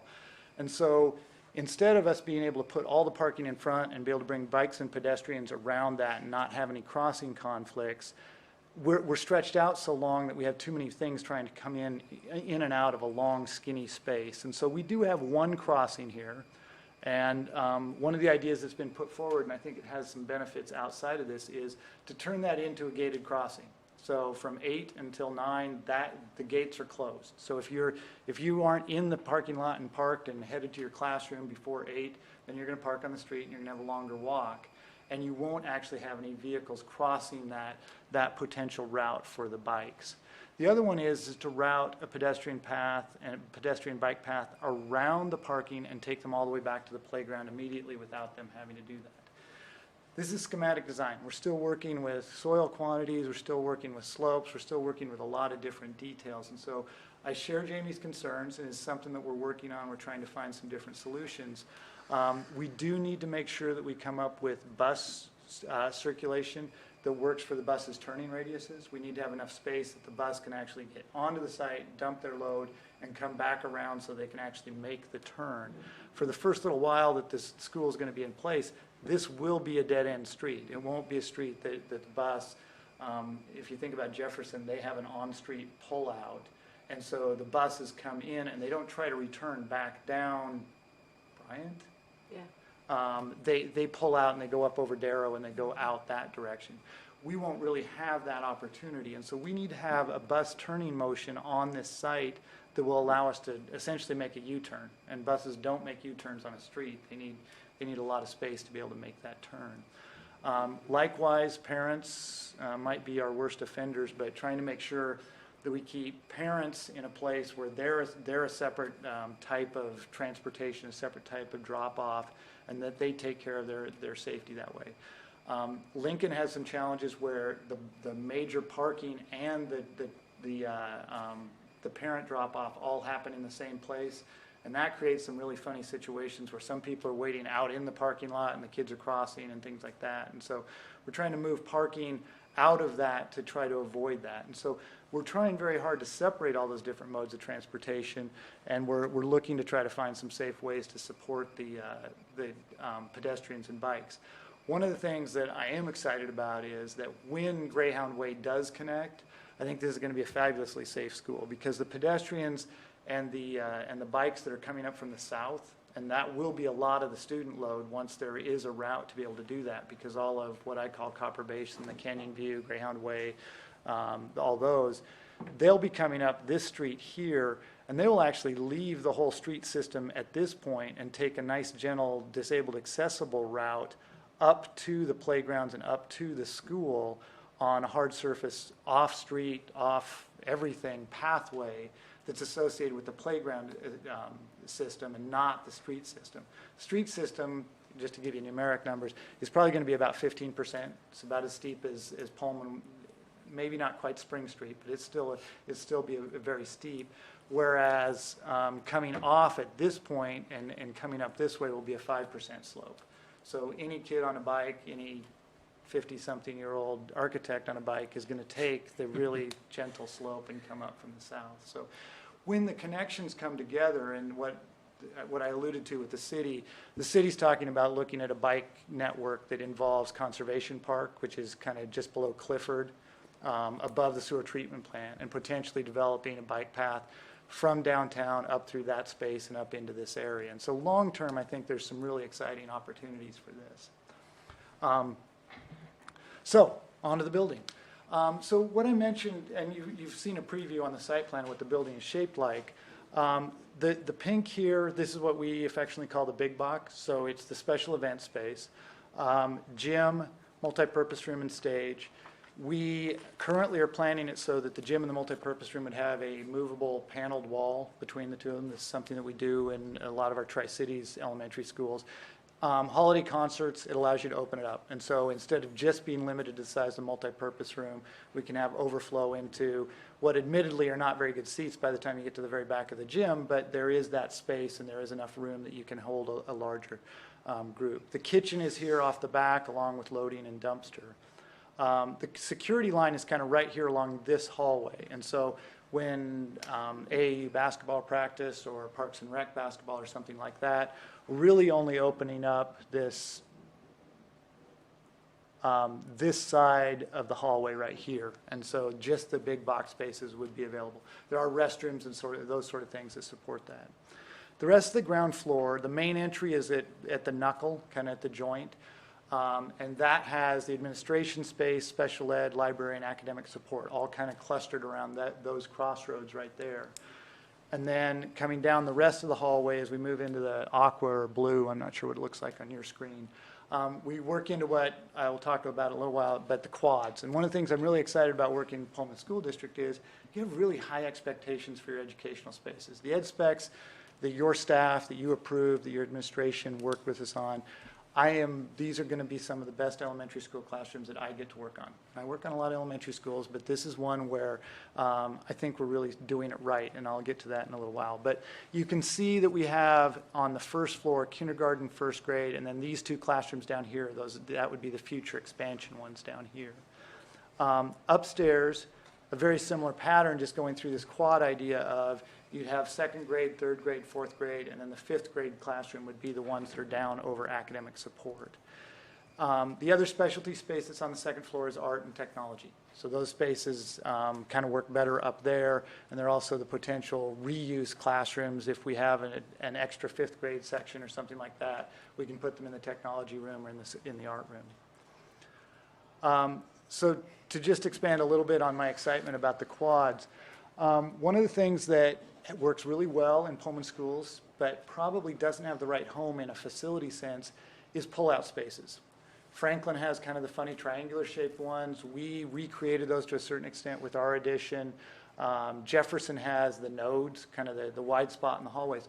All of those are really well used, but they're really too disruptive. It's hard to get a good conversation going when the next kid goes by you to go to the bathroom. And so, and then our approach in the Franklin, where we had smaller, kind of narrower spaces, was that, well, those were really too tight and too small and too separated. And so trying to find that sweet spot where it was something that was a part of the circulation space but not disruptive.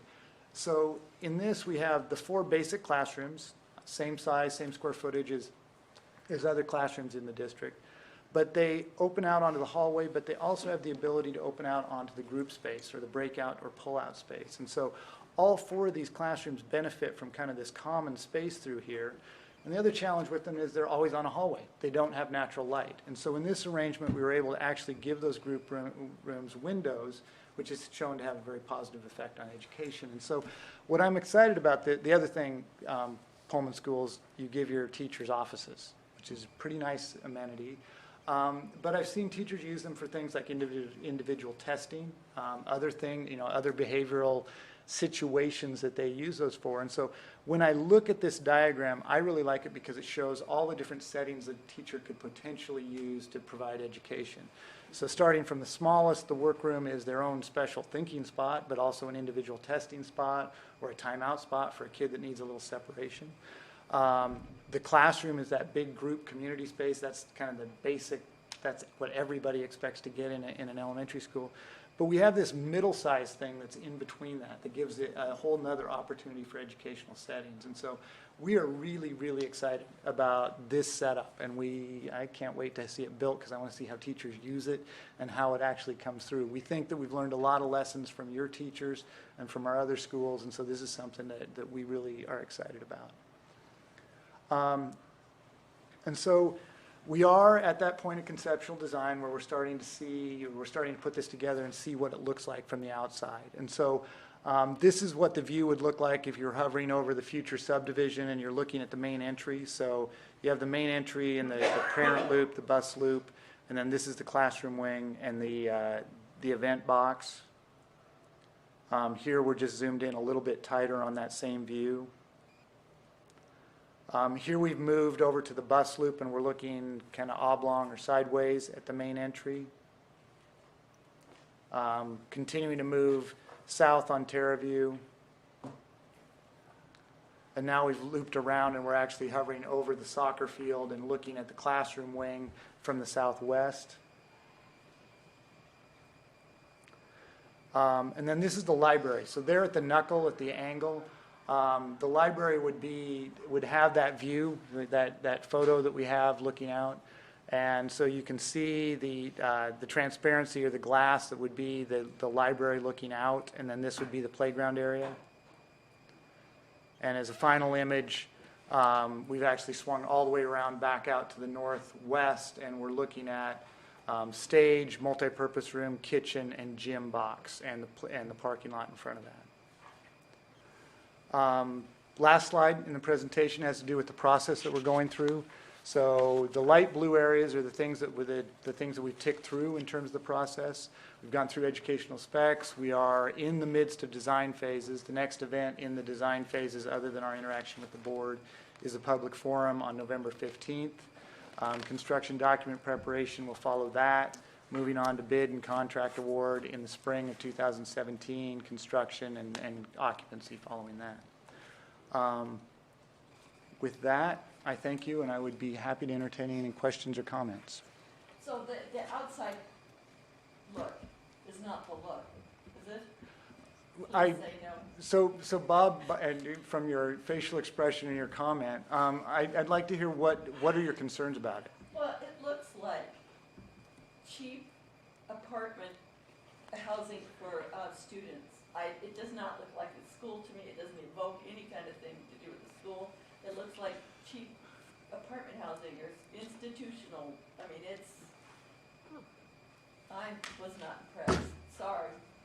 No, don't be sorry. I mean, our goal is to design the type of school that Pullman School District wants. I guess I like something more. I mean, it's a kid place. It's not a student. It looks like student housing. Okay. To me, I will say this. What are the exterior materials? So, and I think that there's some, we're excited about the way it looks, so, but you are the client. So No, not just me. The whole district is the client. yes.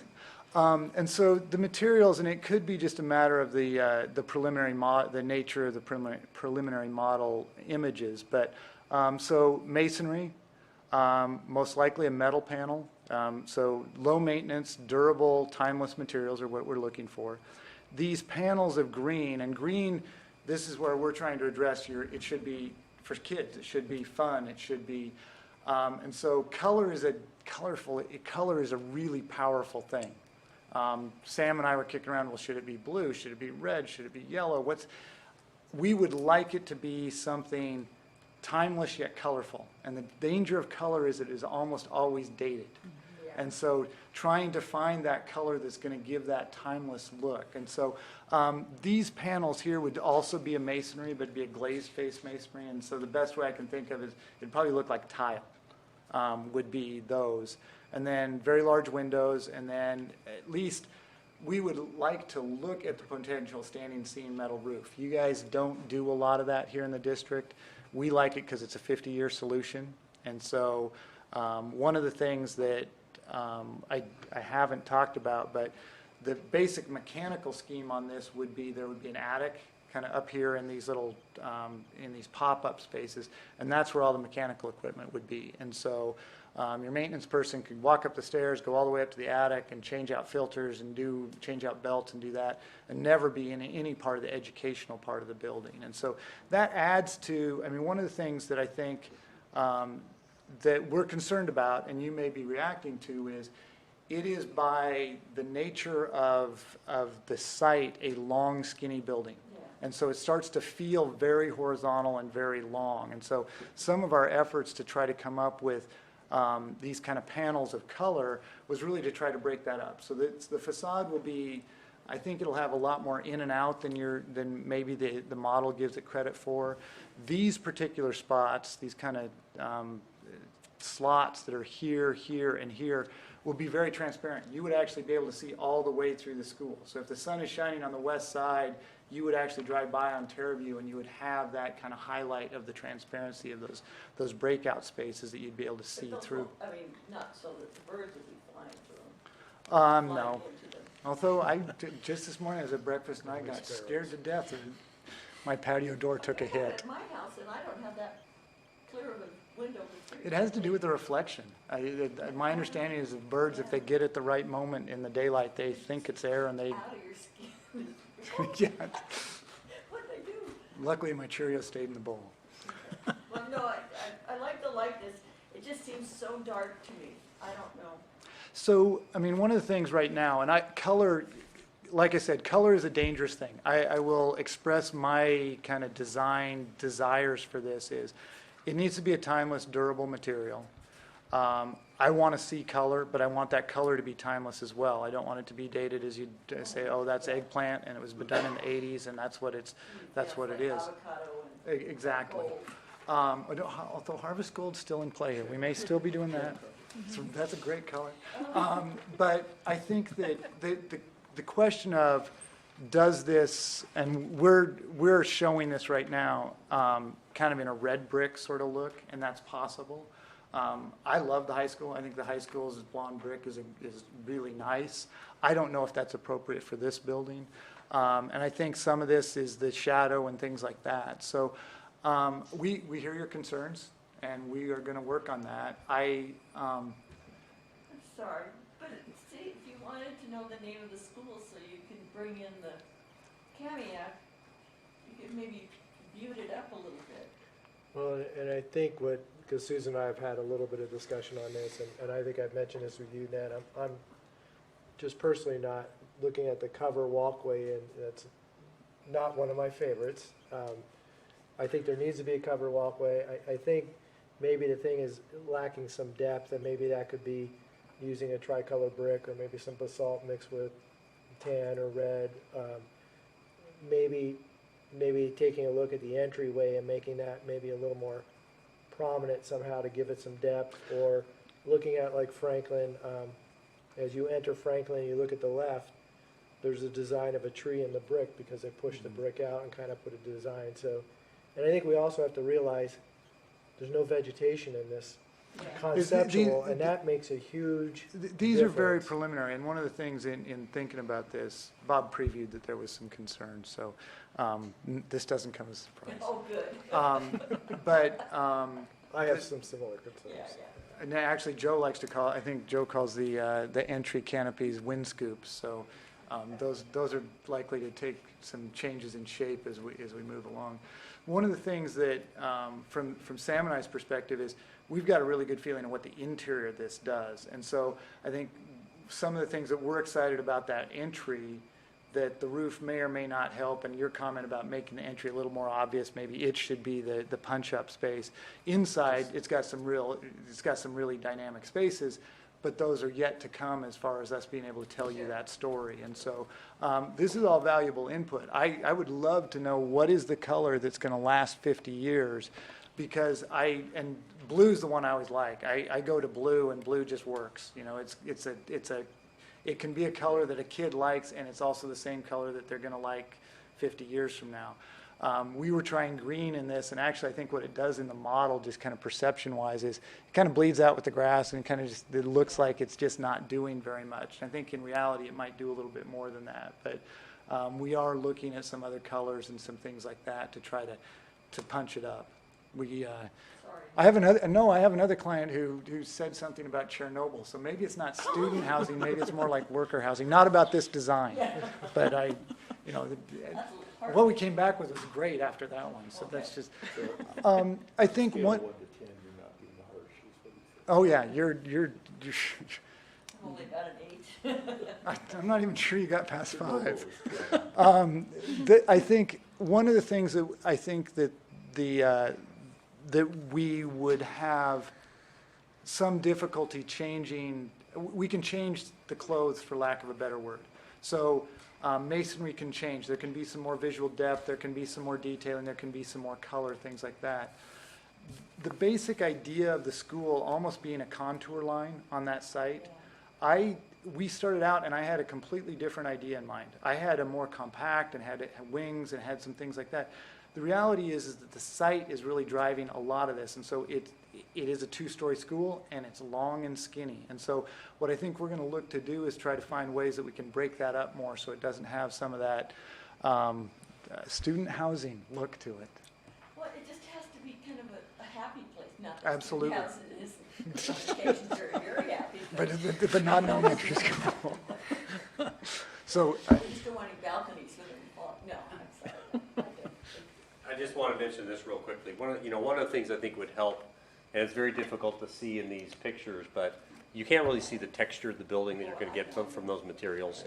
And I think as they get further down the road, we'll ask them to give us some of those images that give us some of that texture. I mean, I remember the early renderings of the high school looked very flat. But once they started to incorporate some of that texture of what the building was going to look like, it started to pop. And it's amazing for me to look back now and see the later renderings look almost identical to the building was. So I think that once they start incorporating some of the texture that you'll see in the brick or the masonry block, whatever that is, I think it will help move it away from the student housing look. Though I will say, I love the schematic, and I love that you've incorporated the breakout rooms and the work teacher office things, so thrilled with that. I think a more welcoming, I don't know if you want to do a little big smiley face, something in the entranceway. That is something we had not thought of, but we can go that direction. Just No. something that's not as intimidating for these little kids that are going off to school for the first time. Agreed. It's a big, scary, it could be a very big, scary building to them. Yeah. So, One point, I know that it was incorporated into the design here, and maybe, as you said, it's along the contour line, and contour lines don't generally jag, they're curves. But I believe that the original designs for the high school, the wings were coming out straight. And we added somewhere along the line, it was a good idea to break that out. Now, maybe in an elementary school, it's better to be able to see all the way down that hall, all the way down. But given that you've got one knuckle, maybe down one pod, and the remaining two pods could knuckle again, so that those breakout rooms were wider maybe on that side, and that again visually would, even with everything that you're going to do, would not be entirely flat along that whole Right. thing from the entrance on, and it wouldn't have to be 45 degrees or whatever we did here, No, 30 they're, degrees, yeah, I they're think. actually, it's Maybe a fairly, like it's a fairly 15 gentle, degrees yeah. would do it. We might be able to do 215s And instead I of know that would 130. increase roofing angles and all of that, but, It's a fairly simple to build building because it's extruded. The knuckles do add cost, but I mean, it's something that's not extraordinary. We can look at the something like main that. knuckle being the entrance and the special rooms, but just somewhere along that long expanse, maybe a third of the way down, it would be, We'll look at that. One of the so it's things more is, of a U, a little, Yeah, a slight U to it. and we do end up losing that ability to have, two administrators, on each floor being able to look down two different angles and be able to see that. But it is something we'll look at and see how that works with what it does topographically and site circulation. Because I know it really, from viewing it from across the way, it's really added to the Absolutely. visual Yeah, impact of the high school. I watched that same evolution in the design, and I would agree that helped it a lot.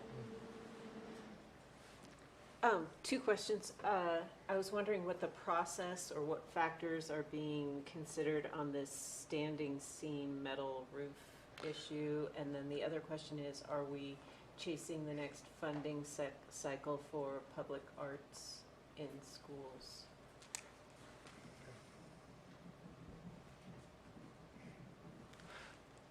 In order. Standing seam will really be just a cost-driven decision, and it'll be one that we can actually go all the way until the point we bid it, and you can choose either way as to whether that's a value or not. Pullman School District does a great job of maintaining their shingle roofs on their other elementary schools. You get long lives out of them. It works fairly well. It can be maintained. We have other schools that really like the standing seam and that you do it, and you got 50 years and you don't worry about it, and you even go through a couple modernization cycles and you may not even have to deal with the roof. And so it's something that we can keep moving forward with. The reality from our design perspective is that it changes actually it doesn't change the form, but it's one of the materials that we like to look at as being a possibility. On this particular building, we're going to use that sloped space as a way for us to do HVAC and ductwork distribution. And so we're going to be using that volume, and so the idea of going to a flat roof or some other option is really not something that works very well with just the basic idea how the building runs. Second question, public art. We have not considered that, but that is something I just made a note of. Yeah, we must, so. yeah. What was the public art, do you do that for the high school? Washington State's Arts Commission Yeah. funds But It's- what is It's a the, two-year cycle, so every new construction project, Right. we can apply for our share. So what did they do at the high school? it's, we have our artist visit coming up, but it's, so I don't know. Okay.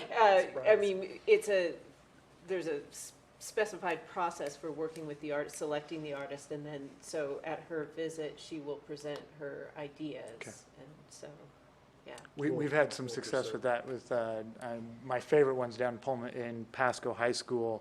Their kind of equivalent of a student commons, we actually got a stained glass artist. And so similar to this, we had big Yeah. windows looking out onto a student patio. And so those windows, they did stained glass art on the inside of those, really turned out special. And those can be great, but that can be an option in addition to like the colored panels that you're talking about. A lot of schools are actually putting sculptures on Yeah. the outside as part of their public art, making it very welcoming, so. Isn't, if I remember right, because we made a big buy before the price went up, isn't Lincoln metal roof? No. It's not, you're right. It's a composition It's shingle roof as well. composition shingles. What was the big buy we made? Maybe it's the metal that's It was underneath the roof. the battle before Hurricane Katrina came in. That's right. They, who was our man? Zach? Dak? Dax. Dax ordered in all the metal, he says, and all the OSB plywood for the roof because he figured in 2 weeks it was gonna double, and it did. And China was involved too, a big buy from China or Right. something, but, okay, no. I thought that it was, at least part of the sloping part you can see. It's all composition. So if you do the metal, is there a difference in color of the roofs? If you do the metal versus the slanted? The metal actually has more color available in it. The composition tends to be earth tones. I mean, you can get to, So if you do the slanted roofs, what do you do to protect from the snow, the ice freeze, and all of a sudden, snow bars. Pops on So the snow stops are snow bars, so they're a perpendicular basic piece, and yeah, little thingies? not the little glue-on No, prongs, because no. those just get knocked off. But it's actually a rail that runs perpendicular across all the ribs. So it And, just- and yeah, and it holds the snow until it just melts off and runs underneath those, so. Okay. And actually, the slopes on these roofs are fairly gentle. They're fairly low sloped, and so we won't have a lot of snow force actually trying to push down on that. So those will work just fine. Given the orientation of Want the some building, little there's gonna kid- be a lot of wind clear off of the Yeah, snow. I Yeah. probably. On the west side, there's not going to be any snow. That's a good factor. Yes, except when it lands in the bus lane and then whoever's plowing That's it off. probably why it's better to do the metal roof, because we've had shingles blowing off on a two-year-old Very roof. windy site. Yeah. Just wake up and there they are sitting in the tree. We've been lucky up here Streaming across for there. 7 years, and we haven't lost any money yet. But Other questions? we went high in cost. Further comments, questions, discussion? No, thank you. Good Thank you. discussion. Thank you, Ned. Thanks.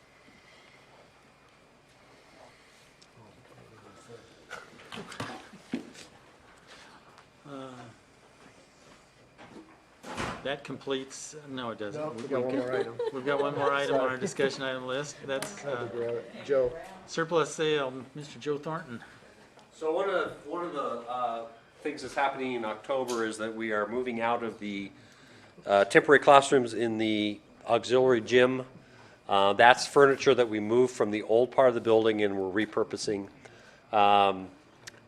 A lot of the old furniture in the old part of the building was part of the demo, and that belonged to the demo contractor. There really is no demo contractor in this phase. We could certainly pay Garco to get rid of it at a fairly high premium price. In reality, it's surplus stuff that belongs to us that we need to go through that process. So the process is for us to make that available to public and private schools that can come look at it. Whatever is not sold to them can then be made available to the public to purchase, and then whatever is not purchased that way is disposed of, salvage as much as possible. I'm trying to expedite this process, meaning that the public and private school sale, they would need to come on site after school someday and look at it on site and select it so that the weekend that we move it out of, the next Monday, it can immediately go for public sale, so that it's not sitting, because it's going to be a lot of furniture, it's not sitting at the maintenance shed for months, taking up all that space. So I'm just trying to expedite this process and trying to condense it a little bit, and not having piles of stuff sitting there forever. So we're making the request that you approve a surplus sale of items that are listed on the resolution that will be made available to public and private schools, and then ultimately to the public, what's not sold. I don't see any chairs on here. No. All the chairs we have been using since last January are all the new chairs for the building. We purchased those. Shannon's on that. Shannon's working on that. That's on. Yeah. So all the chairs are going to be moved. All the old chairs are gone. Those have already been taken care of. Along with this, just maybe it's a construction thing. What's the time frame for moving out of the temporary classrooms and then it being returned? Is that the January phase, that it will then be an auxiliary gym and the mat room? Correct. January. So those Yeah. ceilings on some of them and walls and everything Correct. will refinishing the Yeah, floor. refinishing the floor. Floor will get sanded down to bare wood because it needs to be all repainted because the lines are reoriented. Doing some painting. I mean, it's all got another floor on top of it. No, it does not. It does not. It does not. Yeah. No. We laid No, we did. No, we did not. Joe, are you recommending we push this to an action item tonight? If possible, yes, that would be wonderful. That would allow me to put an ad in the paper. I have to do two ads for the surplus sale to schools. That would allow me to do an ad on this Friday, the next Friday, and then make it available on Monday the 10th for viewing by schools. Move that we move our surplus sale discussion item to an action item tonight. I'll second. Been moved and seconded to move the surplus sale to an action item from our discussion item list tonight. Any comments, questions, or discussion? Hearing none, we'll proceed to vote. All those in favor of moving it to an action item, please signify by saying aye. Aye. All those opposed, nay. Motion carried unanimously. This time. Thank you. The chair would entertain a motion to approve the resolution I move six. that we approve resolution 161403, declaration of surplus property. Second. You guys got it in hand. Okay. It's been moved and seconded to approve resolution 16, is it 1617? Yeah, Yes. 161703, the 161703. equipment and out-of-date material listed by resolution to be declared surplus and available for sale under the procedures set forth by state law. Any further comments, questions, or discussion? Hearing none, we'll proceed to vote. All those in favor of the standing motion, please signify by saying aye. Aye. All those opposed, nay. Motion carried. Thank you very much. And that does complete our discussion item list for this evening. There are informational items that you can peruse through. We will have a short executive and closed session to discuss negotiation progress and possible property purchases in the future. It'll probably last a half hour. No action will be taken. Probably about 20 minutes, 15 minutes. Okay, 15, 20 I minutes. can do it in 15. At which time, after that, the meeting will be adjourned with no action taken. You're welcome to come forward and ask any questions you'd like to get clarification on. Do you get up at 3:15?